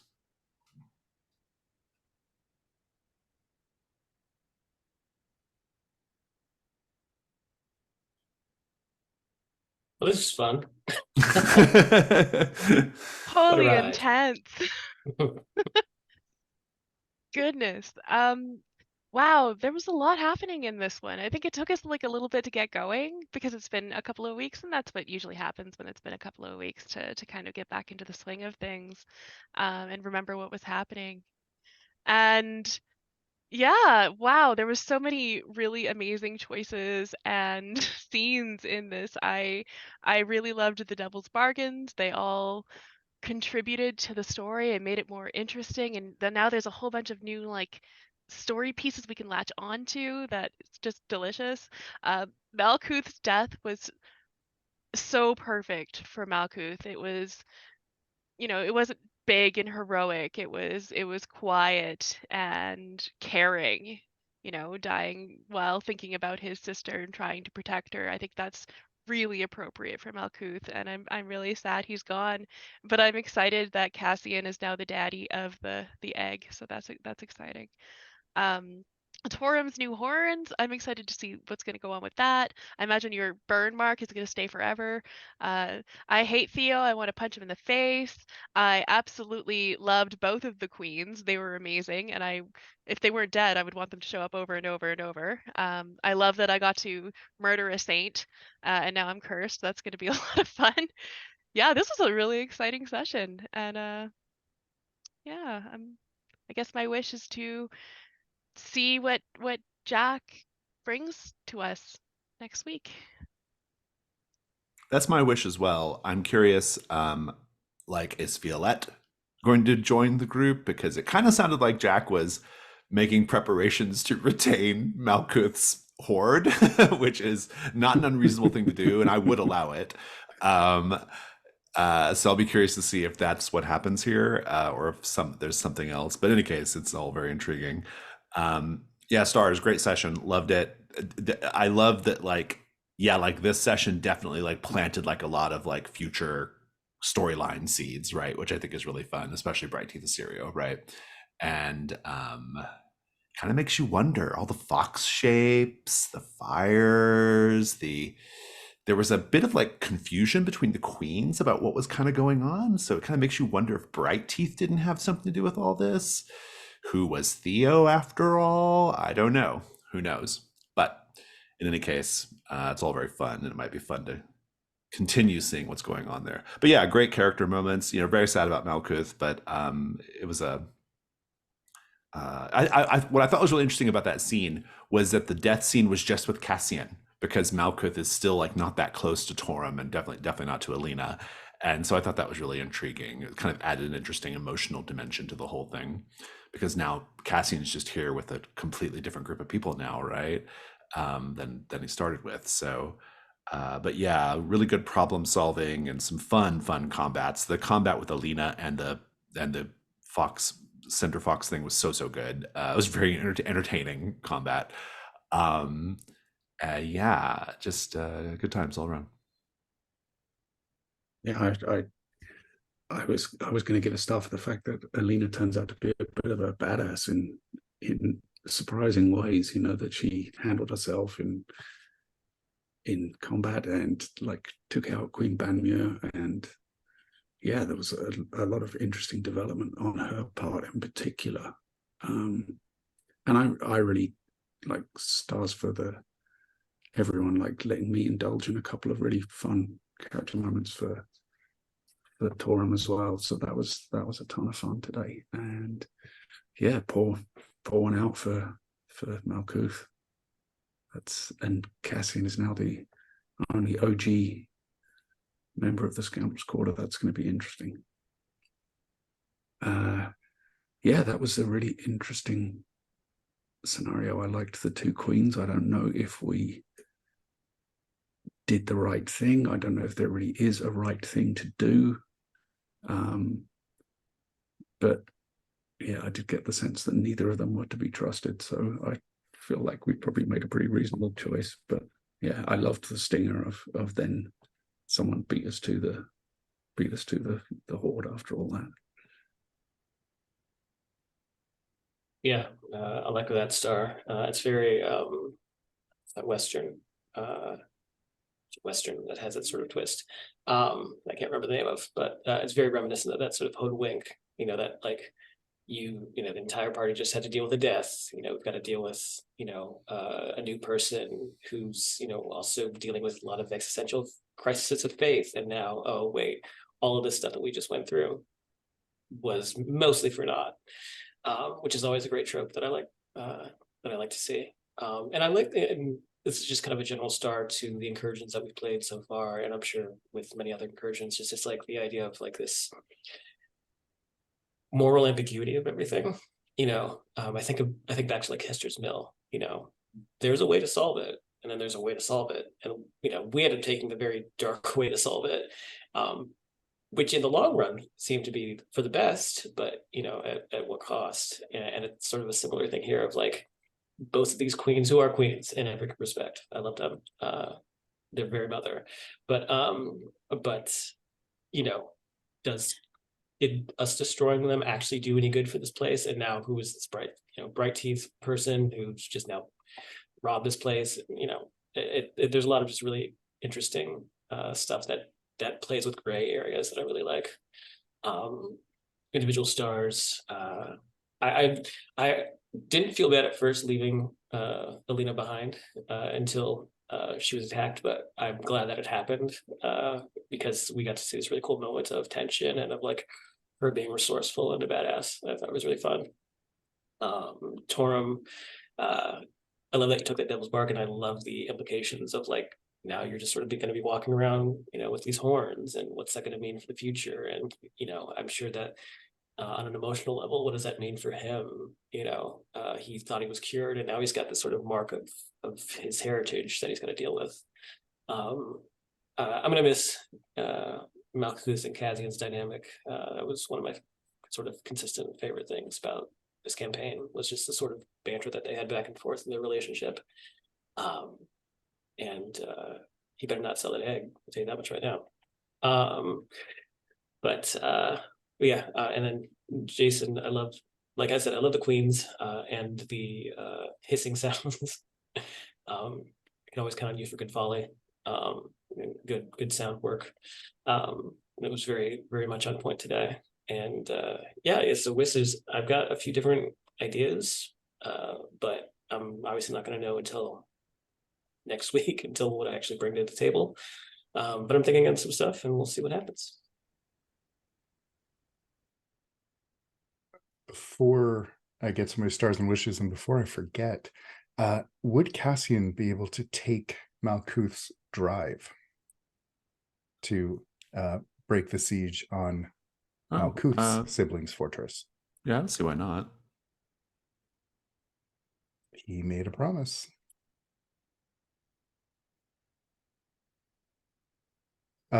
This was excellent session. Malkuth's exit was great and heartrending, and the queens were great. I look forward to seeing more of Bright Teeth Assyrio, and because like we can't just let that lie. We have to make that right. Just I mean, it's so funny that like you just happen to get this like, oh, Kairmough Castle is unguarded right now. You should go while the fire is going. And then you go there and you're dealing with queens, and while someone's robbing the vault. I mean, it's good stuff. We got played, which was excellent. And just all around, really looking forward to seeing what changes about Torum. Alina's whole thing now getting more complicated because you killed a sister. That'll be fun to see how that develops, and who replaces Malkuth in our party. Just lots of stuff to look forward to. Indeed. Is that all stars and wishes for everybody? Okay. Well, great session. Let's wave goodbye. Bye.